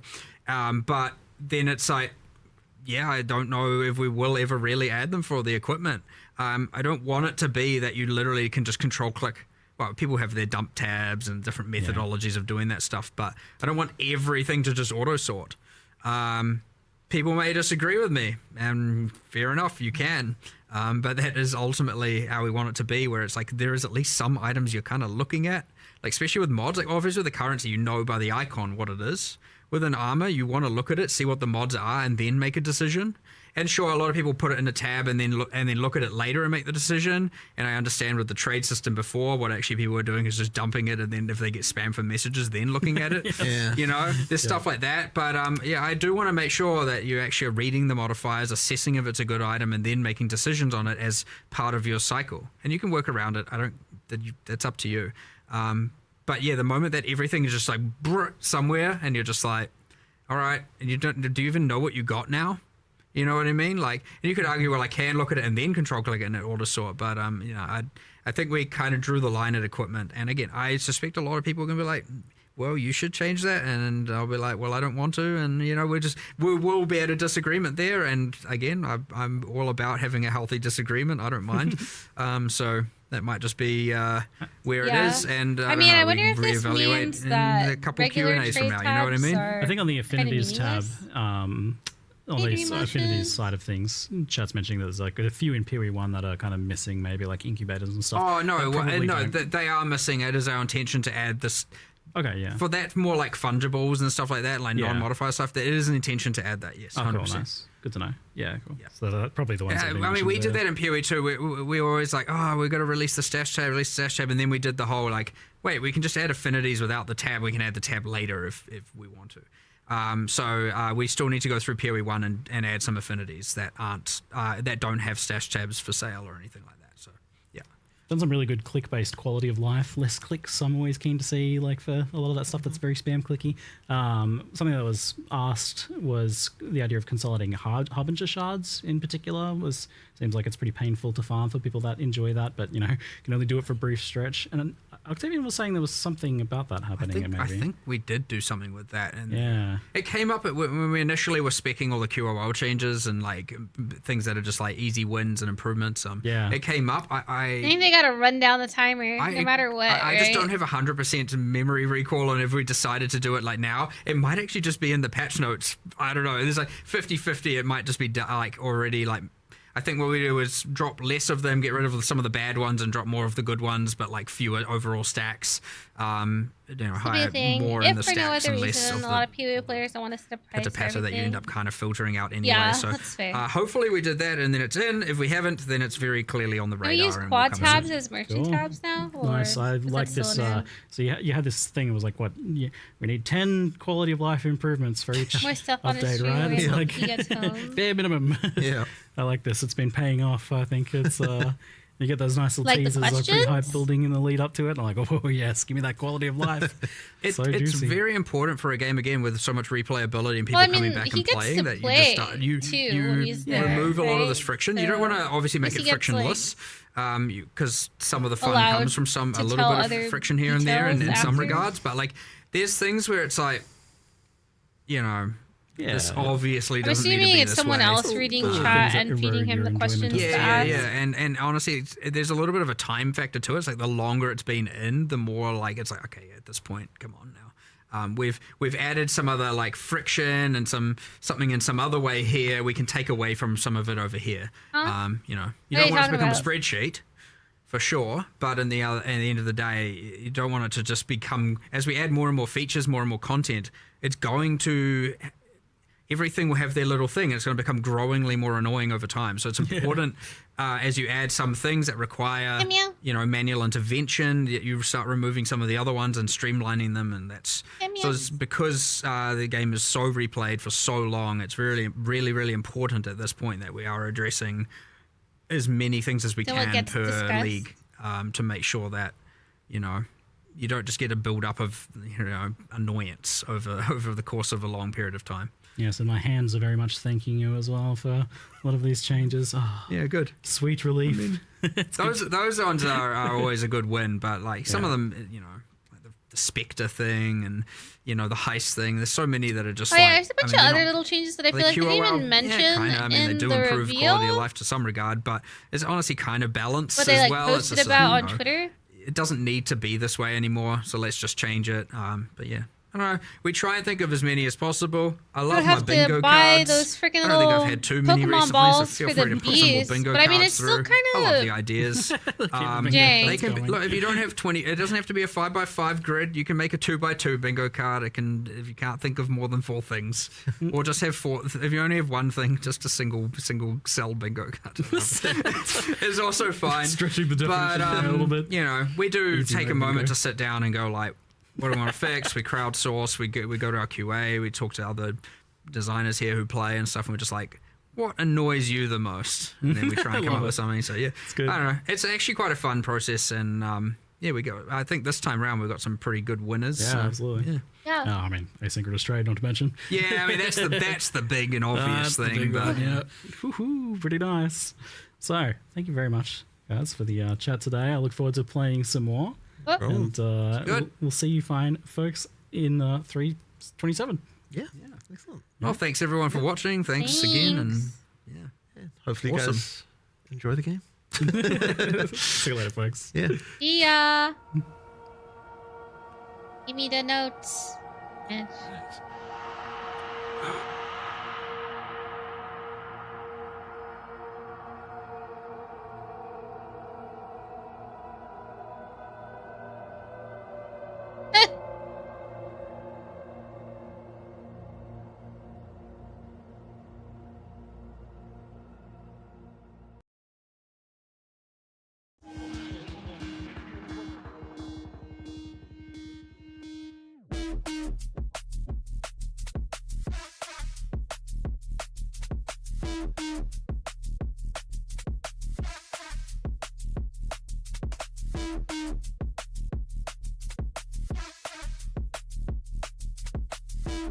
What time is it?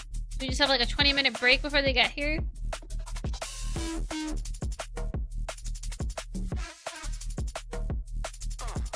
And salad and a slice of apple cake. What is apple cake? What's up, Asmurder?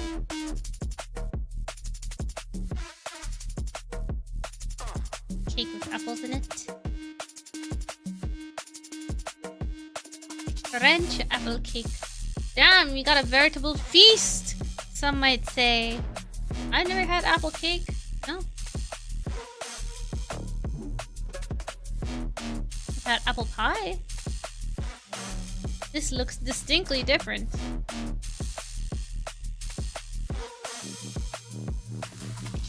We got some good stuff going on. I'm like refreshing. It's at 6 p.m., so I guess we'll just wait. Yeah. I don't think I've ever had this before.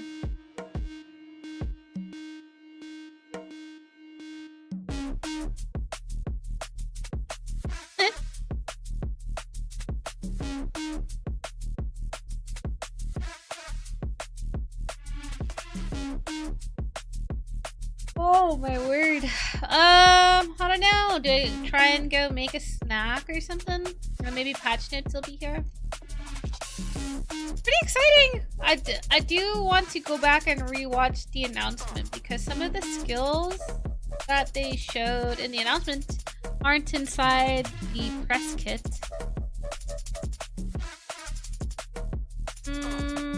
Gotta get to Act 6 as fast as possible. More than a dozen. Based on requests from our community. Heist Rogues automatically max level.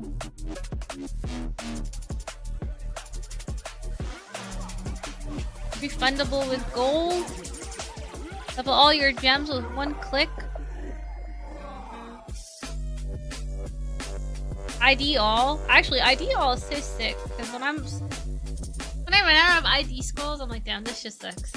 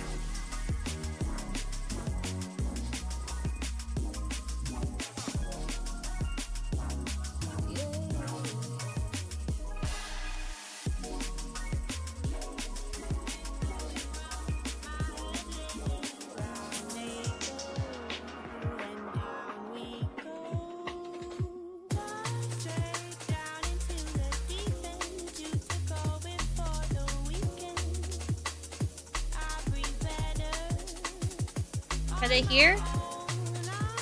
Perfect time for snacks? Oh.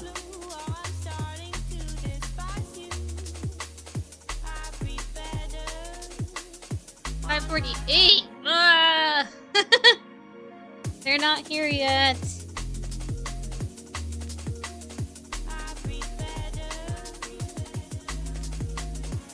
Uber incarnation of fear, Monka S.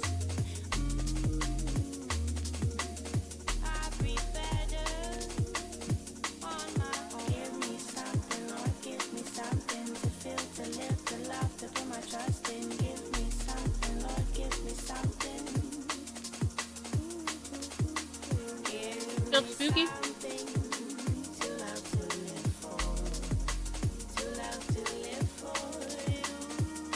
Everything got We're waiting for patch notes right now. How long was the reveal video? Like 15 minutes, 20 minutes?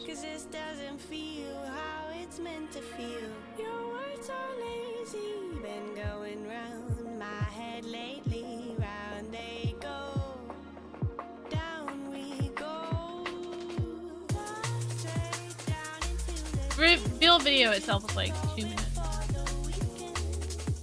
Not long. We, the keepers of the flame, Monastic serve order, the he will said. of the dreamer. His instructions whispered from beyond the wall of sleep. But now, the Hiveborn are here, on Rayclast, and they seek to poison Oh shit, our I hope they world. end up there soon.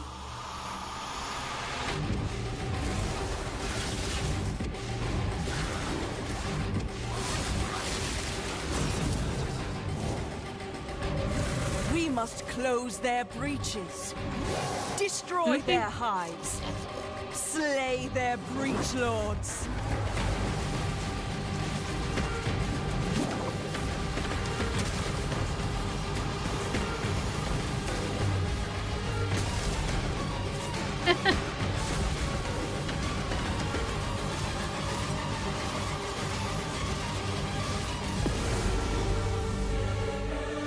And by his gifts, the dreamer provides.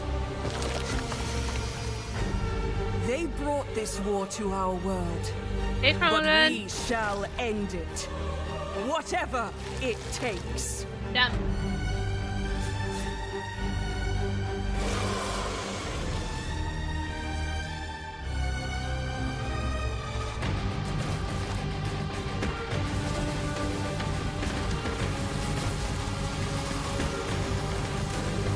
Is everyone hyped for Breach 2? Pretty curious.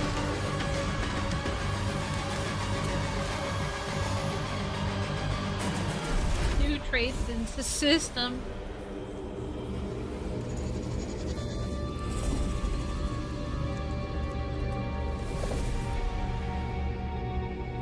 Looks kind of hype. Not even Electric Boogaloo. Oh, 33 minutes. Hi, I'm Jonathan Rogers from Grinding Gear Games, and welcome to GGG Live. Today we're going to show you an exclusive reveal of Path of Exile, Keepers of the Flame, which is coming out 1 week from now on October the 31st. Twitch drops are enabled on today's live stream, so you'll be able to claim your Hiveborn Crawler pet by following the instructions below. Cool pet.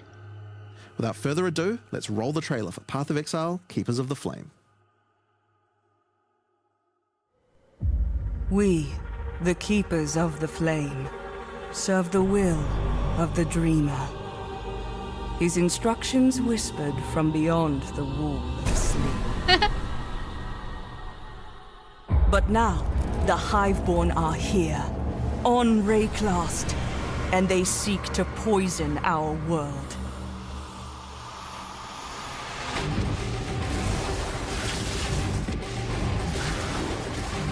Oh, is this the whole trailer? Just fucking- Hi, I'm Mark Roberts, Game Director on Path of Exile. Breach is a beloved league that has had an iconic history in PoE. We intend to honor that legacy with our first ever sequel league, Keepers of the Flame. This develops every aspect of Breach, adding new layers to discover. Richer lore, scarier bosses, and entirely new mechanics. That said, this is still Breach, so you will still be opening breaches and slaying hordes of otherworldly monsters. The Breach Lords have found the means to stabilize the connection between their realm and Rayclast. Now, with their grip tightening, we learn their true goal in our Hey, world, Suchino. conquest. I made a ham and cheese The threat they sandwich. pose has now escalated to home soil. On the coast in Act 1, you'll encounter 𝙎𝙏𝙐𝙁, the founder of the coast. Keepers of the Flame. This is a monastic order sworn to defend Rayclast from the Breach Lords. The exit to the Mudflats has been barricaded by Hiveborn, Breach monsters that are working to claim every inch of Rayclast. 𝙎𝙏𝙐𝙁 can grant you a small spark of the power of the Flame, allowing you to blast away their barricade and move onwards. Once you enter the Mudflats, you'll find it infested with Breach monsters. They appear to be constructing a kind of hive, creating strange shapes and structures that absolutely don't belong. Time to purge them with fire. 𝙎𝙏𝙁 needs you to Salmon protect her cheese. as she empowers the Flame to do so. Hold off the assault long enough, and she'll be able to demolish the hive with cleansing flame. No, just the ham and cheese. In other areas, the gap between worlds is strained. Here, you'll find a more familiar encounter with a new twist. A massive breach hand sunders the space between dimensions, and touching it will open an unstable breach, causing monsters to flood in. If you can slaughter them quickly enough, you can stabilize the breach. This brazen action can draw the attention of Vroon, Marshal of 𝙎𝙏𝙐𝙁, who will do everything it can to stop you. But Defeating this boss will permanently seal the breach, severing another connection between the Breach it's Lord's me. world and Maybe. Rayclast. Hopefully. These stabilized breaches are similar to what a breach once was, but with upgraded monsters, a success condition to shoot for, UI tracking to keep the player informed of their progress through the encounter, and satisfying feedback when you do manage to I don't complete ever the buy encounter. anything different. We've taken all the lessons we've learned since the release of Breach Creature 9 of years habit. ago and improved upon it in every I way just we know can. However, ham is tasty. much of the joy and of so is Breach that came from cheese. its simplicity. While we want to modernize the mechanic, we don't want to undermine the core experience. Sometimes I'll get You're the still roast beef, mostly but just slaughtering hordes of enemies it's in a expensive, circle. so I don't get it that often. Finally, Goodbye, in Eric. in-game Didn't areas, you might run into know breach you. constructions that have been left unopposed for too long and have grown into their full twisted Ate all the glory. foods Breach and now hives. listened to Towering, Ziggy flesh-crafted D cities in and the Mark sky. and Jonathan. These are the visions of the lull Breach you to Lords sleep. made real in Rayclast, teeming This area with looks breach cool monsters. too. Curious about the You items. must raid and And the destroy change to these breach cities with the rings. help of Are breach 𝙎𝙏𝙐𝙁 rings and just her like flame. gone now? What happened In to some grass of these mill? hives, you may I've got even a lot of encounter some of the questions. Breach Lords themselves, who will I don't know. not No, be they happy finally you're finished, intruding but on we're their planned rewatching conquest. the Now, announcement let's stream talk part. loot. Of course, being in exile is hard work, and you're Well, they said the rings unlikely were to there, help but changed. entirely out of the Was goodness of whether your we're still heart. getting grass mills. Fortunately, 𝙎𝙏𝙁 has power and rewards aplenty, born of the Breach Well, I realm haven't itself, seen one to drop offer on the you for your ground, assistance. Help her, and she'll bring you to the monastery of And the they Keepers, said that they're locked the to hallowed whatever. halls So, of yeah, her that's order. what I asked. Both Here, those questions. you'll find the While I was Genesis watching tree, the Q&A, but the I didn't type growing that in heart of the fast Keeper's enough. power. On interacting with I'd rather it, have you you'll find yapping. that this tree I mean, what am I saying? has a This is a bunch tree. of bullshit. This looks That's cool. right. It Graft couldn't be blood. Path of Exile unless the tree also had a tree. More importantly, the Genesis tree is an engine of unholy creation, and a profitable one. As you complete breach encounters and work more with 𝙎𝙏𝙐𝙁, you'll be able to grow the Genesis tree larger and larger, sprouting additional limbs. Each of these limbs, you'll notice, yeah. has their own inventories. These can be used for an unusual method of crafting new items. With this Everybody's system, about to be you'll be able to pregnant grow this week. currency, uniques, equipment, I and a believe new so. kind of otherworldly item, grafts. To my knowledge, Grafts are still breach live hands on grown YouTube, directly but- from the Genesis tree, I kind of born of the same flesh and sinew as the invading monsters. These Paying fuse attention. directly to your body in a completely shit. safe process. We're out of here. Wait, am I out of here? What is this? Debated. The fuck? Don't Thank you so much for worry the 8 about it. months. How's it going? With grafts, you can harness the power of the breach. Some provide passive benefits like this, or this, but they can also grant a wide selection of powerful skills. These graft skills can provide a flexible way to fill gaps in your build, offering everything from damage to potent defensive really buffs appreciate it. and crowd Thanks control. for the Wiggles. Welcome them back. Oh yeah, this is the hand skill. They For have that in example, there. the battering all graft will Excuse me. call massive I ate arms the to erupt sandwich from the too earth, fast. stunning all those they hit. For some additional pack clearing power, you could consider the Squalling Tool Graft. When commanded, this graft will cast Dance in the White, creating a deadly ice tornado which aggressively seeks enemies and fires off bursts of ricocheting projectiles when you critically strike with skills. For some further utility and a useful buff, try out the Oh wait, Storming this is the Esh- one that they don't have though. Look at this fucking damage, bro. And damage to be lucky when you stand on the radiant ground. 687 lightning damage and causes hits to... How long does the radiant ground last for? I mean, it doesn't get affected by modifiers, you said, right? Like, I can't scale my tree for the wreath and lightning damage. But, I don't know. I'm assuming increased duration stuff won't affect it either. How long does it last? 15 seconds? Guess we'll find out. graft. Oh, we up. Are they up? They're up. Watch that later.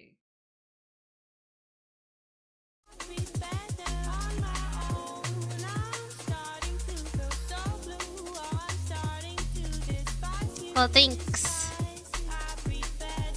Also, subscribe so you can get notified when we put videos there. Actually, I gotta pee and get more water, and then we can read notes. Uh-oh.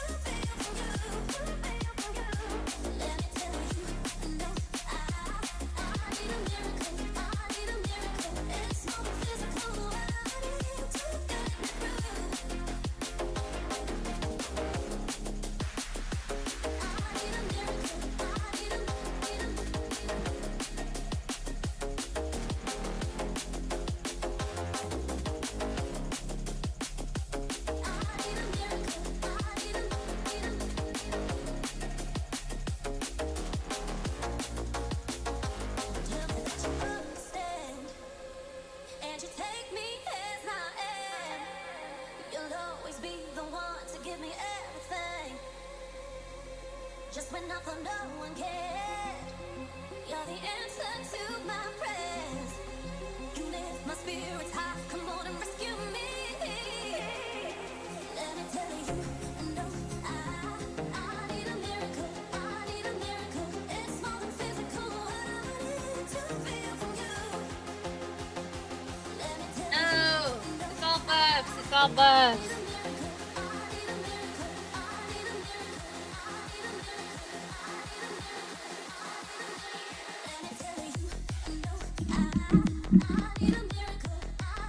Power Wash Simulator is fun. I was playing Supermarket Simulator the other night to cleanse my brain. Actually, that and I've been playing the altars. That game's pretty fun, but it's hard. Alright, here we go. Content update 3.27.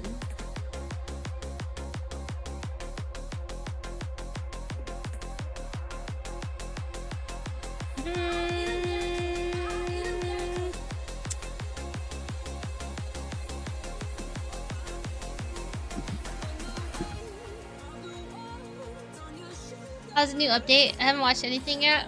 We stopped watching the video midway, Relax. Just now. It looks interesting. We just got patch notes, so I paused the video to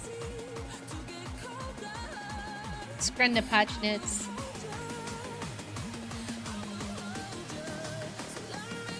These skill gems.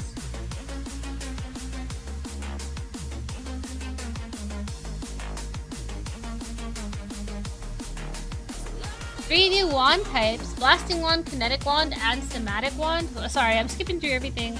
Hold on, let me look for my own peace of mind. Those are pretty long.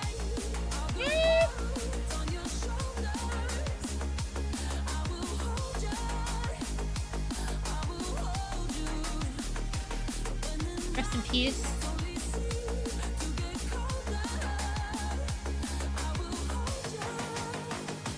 They got my boy Vortex of Projection. What did Vortex of Projection do?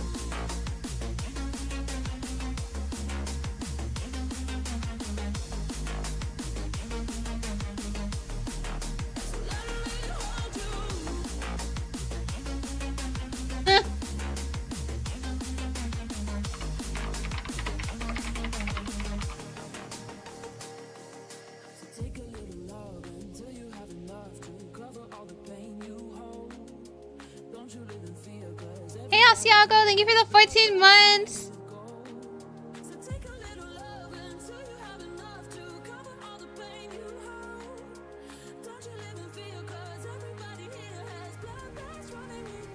Anything exciting in the notes? I'm just skipping around right now. I haven't read. Does it?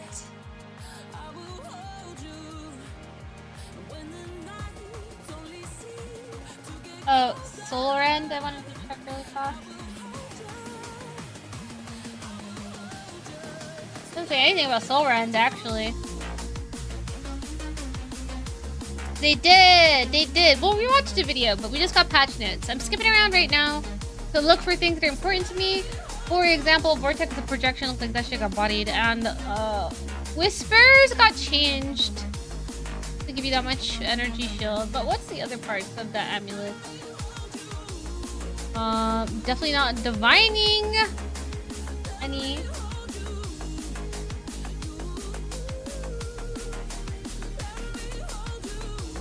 New skill gems.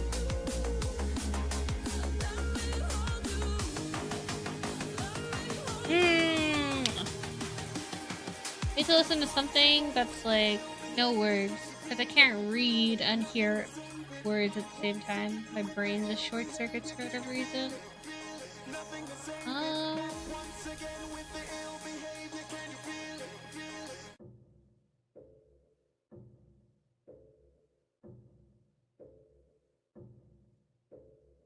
Hey Marster, how's it going? Smoge, no smoge, only gloge. Alright, the Breach Lords are advancing further into the outer world, establishing their ominous constructs across raid class. To stop their conquests, Aelith has founded the Order of the Keepers of the Flame. Harness the power of the flame from Aelith and destroy the Breach infestations once and for all. Upon entering the Mud Flats, you'll find it infested with Breach monsters constructing some type of hive. Oh, they skipped over the where you find her part. Protect Aelith as she empowers the flame to purge them from the area.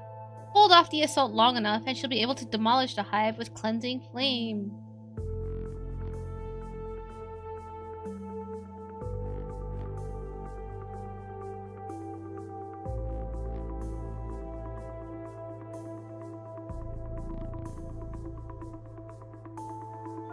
It's only 300 less energy shield. Fair. In some of the areas, the gap between Twirl is strained, a massive breach hand. Blah blah blah. I mean, you guys will see that when we watch the video. He'll say all that stuff.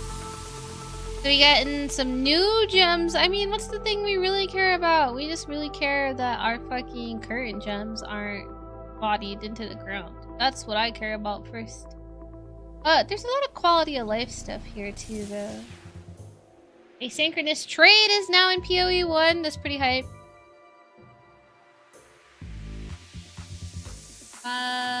You will be able to access the Merchants tab upgrade tool under my account. This is only available for premium stash tabs purchased prior to the launch of Path of Exile to the Third Edict.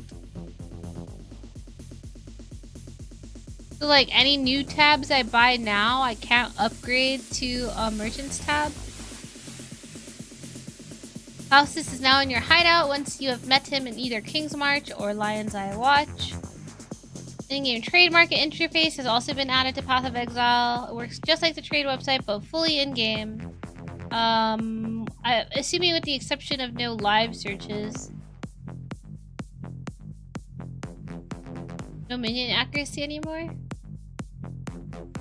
I haven't gotten there yet. We will though. I don't know shit about minions. Merchants tab. You know, I was like, maybe they meant mercantile. But true. And each time you're not able to find an NPC that offers to identify all items within your inventory. Typically the one which offers caster items and jewelry for purchase. Faustus has this option in Rogue Harbor, while Rog offers it in King's March. Nessa only offers this service after you have reached Mervale's Tavern. That's a long fucking time, actually. Come here.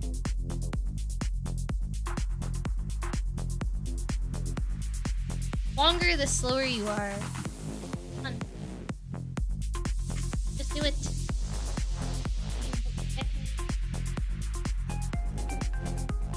Let me embrace you.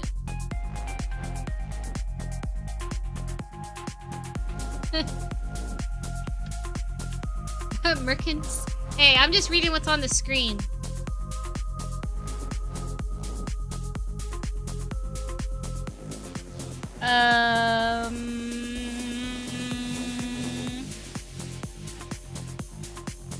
When specters die, they now transform into a floating orb specter that cannot be targeted and cannot use skills. When you enter an area, the orb specter will automatically transform back into the original specter. They can still be overridden when raising new specters. While holding right click and control on... Oh yeah, the stack deck change. Continue to open them to your inventory or to a stash tab that they are in. Shift also will drop to the ground. Oh, so you need both. Put it in your inventory or shift for the big tinks. So shift right click. Veil can now be used on monsters trapped in essences.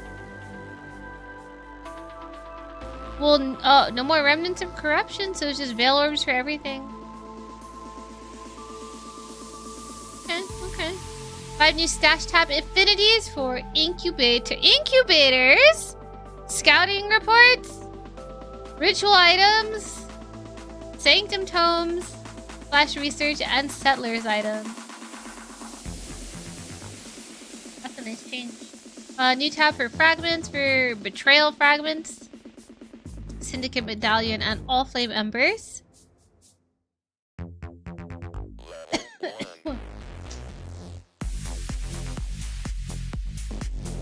Yeah, because Kirax missions don't have like a place to go.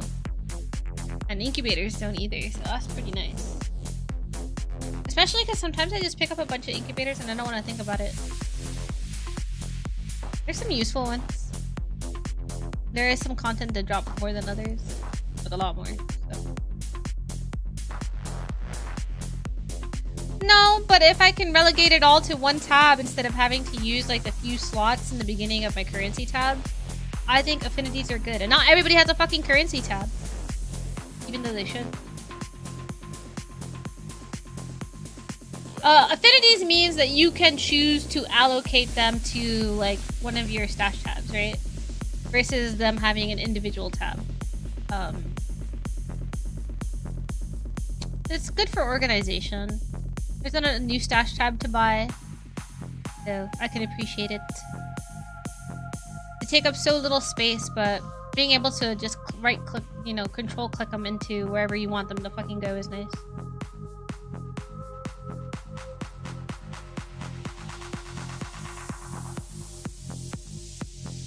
Refund for gold for Atlas Tree and for passive tree. 1 click.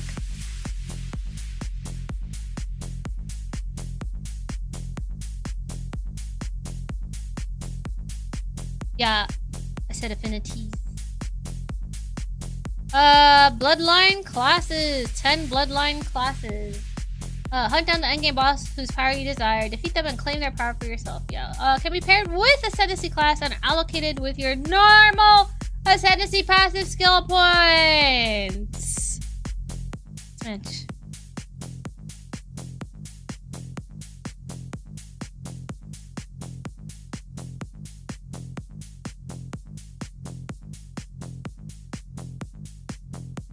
Introduce the Lonely, Reverent, and Traumatic Fragments, which can be used to access the new Uber versions of the Moment of Loneliness, the Moment of Reverence, and the Moment of Trauma. I wonder if they did something about rose petals, too.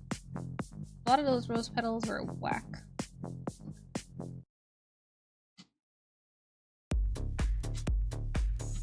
Only can get them from T17 bosses. If your Maven invitation now requires Cyrus and the incarnation of Dread to be witnessed instead of Chayula and Atsiri. Oh my god, they made Cyrus relevant again.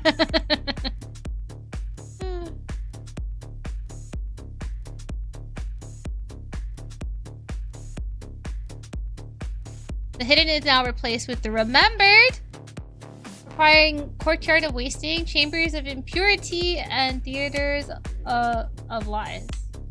What's the Hidden before? The Hidden was all Breach bosses, right?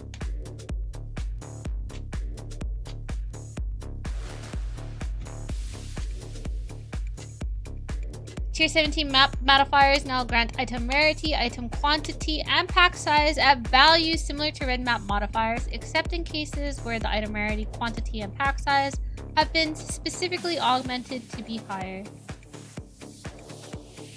Can now sometimes be corrupted to 8 mod. Abyss Scarab of Edifice no longer causes abysses in the area to spawn hordes as they travel.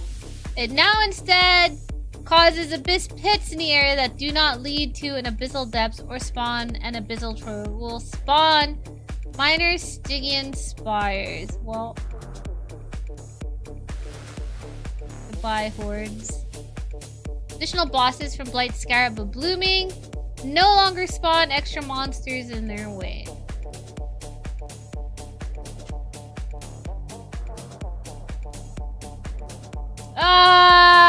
They nerfed Flub Gun specifically. They said none of that. No more of that. No more hordes. And they made it a Wander League now where everyone's gonna play Wands? That's so sad.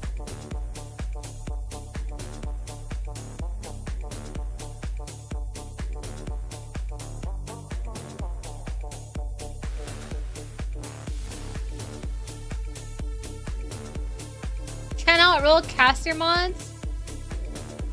What? Is that a joke?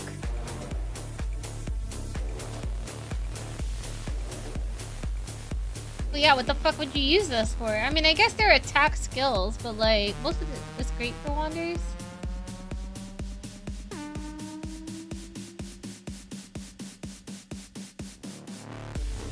I mean, but they still scale off spell damage, which has a caster tag. You're just gonna go fizz damage only? Yeah, but KB also scales off of, and the other ones also scale off of spell damage. So it was like spell and fizz. But That means inherently you can't roll spell damage, right?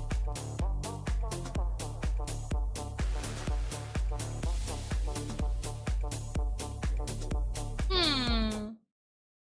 Interesting. I wonder, can YouTube hear my music or is it just picking up on it through my microphone? I don't know.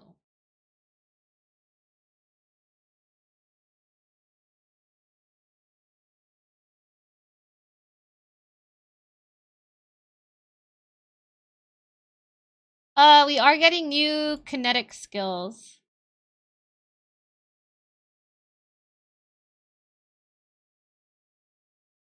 We spawned a new one.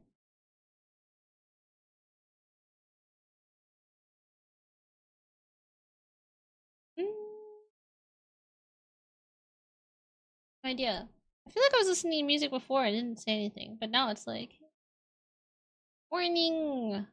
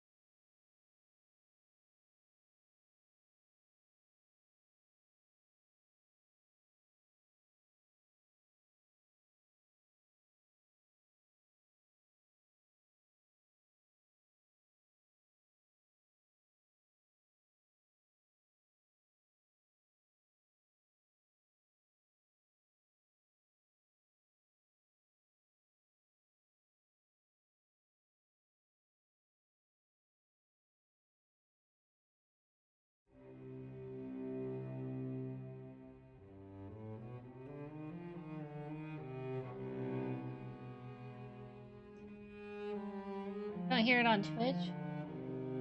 I mean, I wasn't playing it before.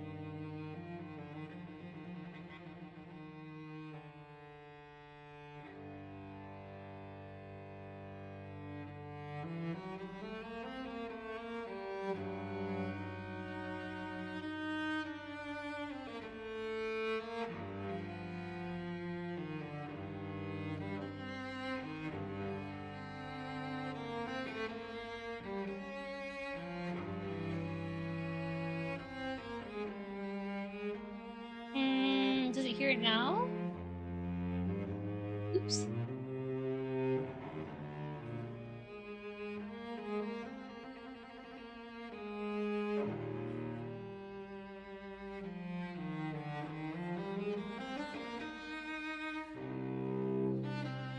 Hello, Rich Bus.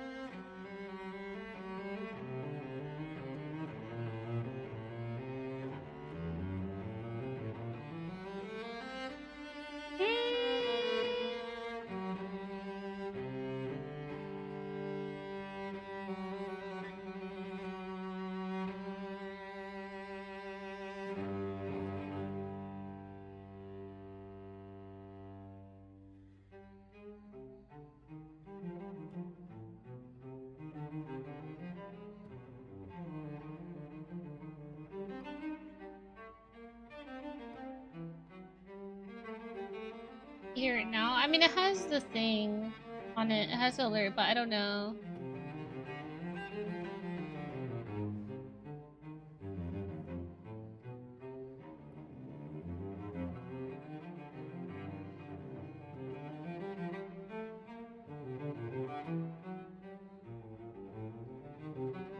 It didn't update the audio track.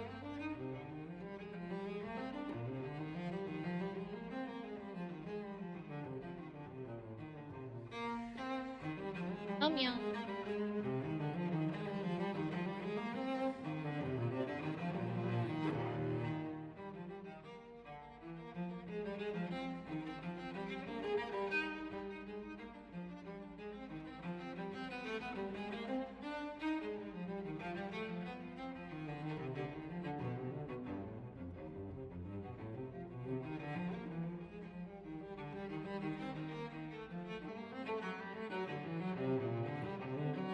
I mean, I changed the setting already.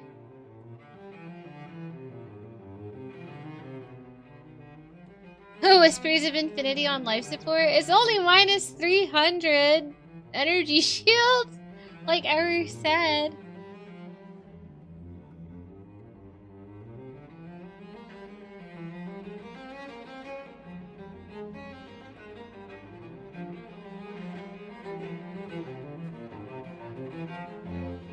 My audio splitting's not working. Wonder what's up with that.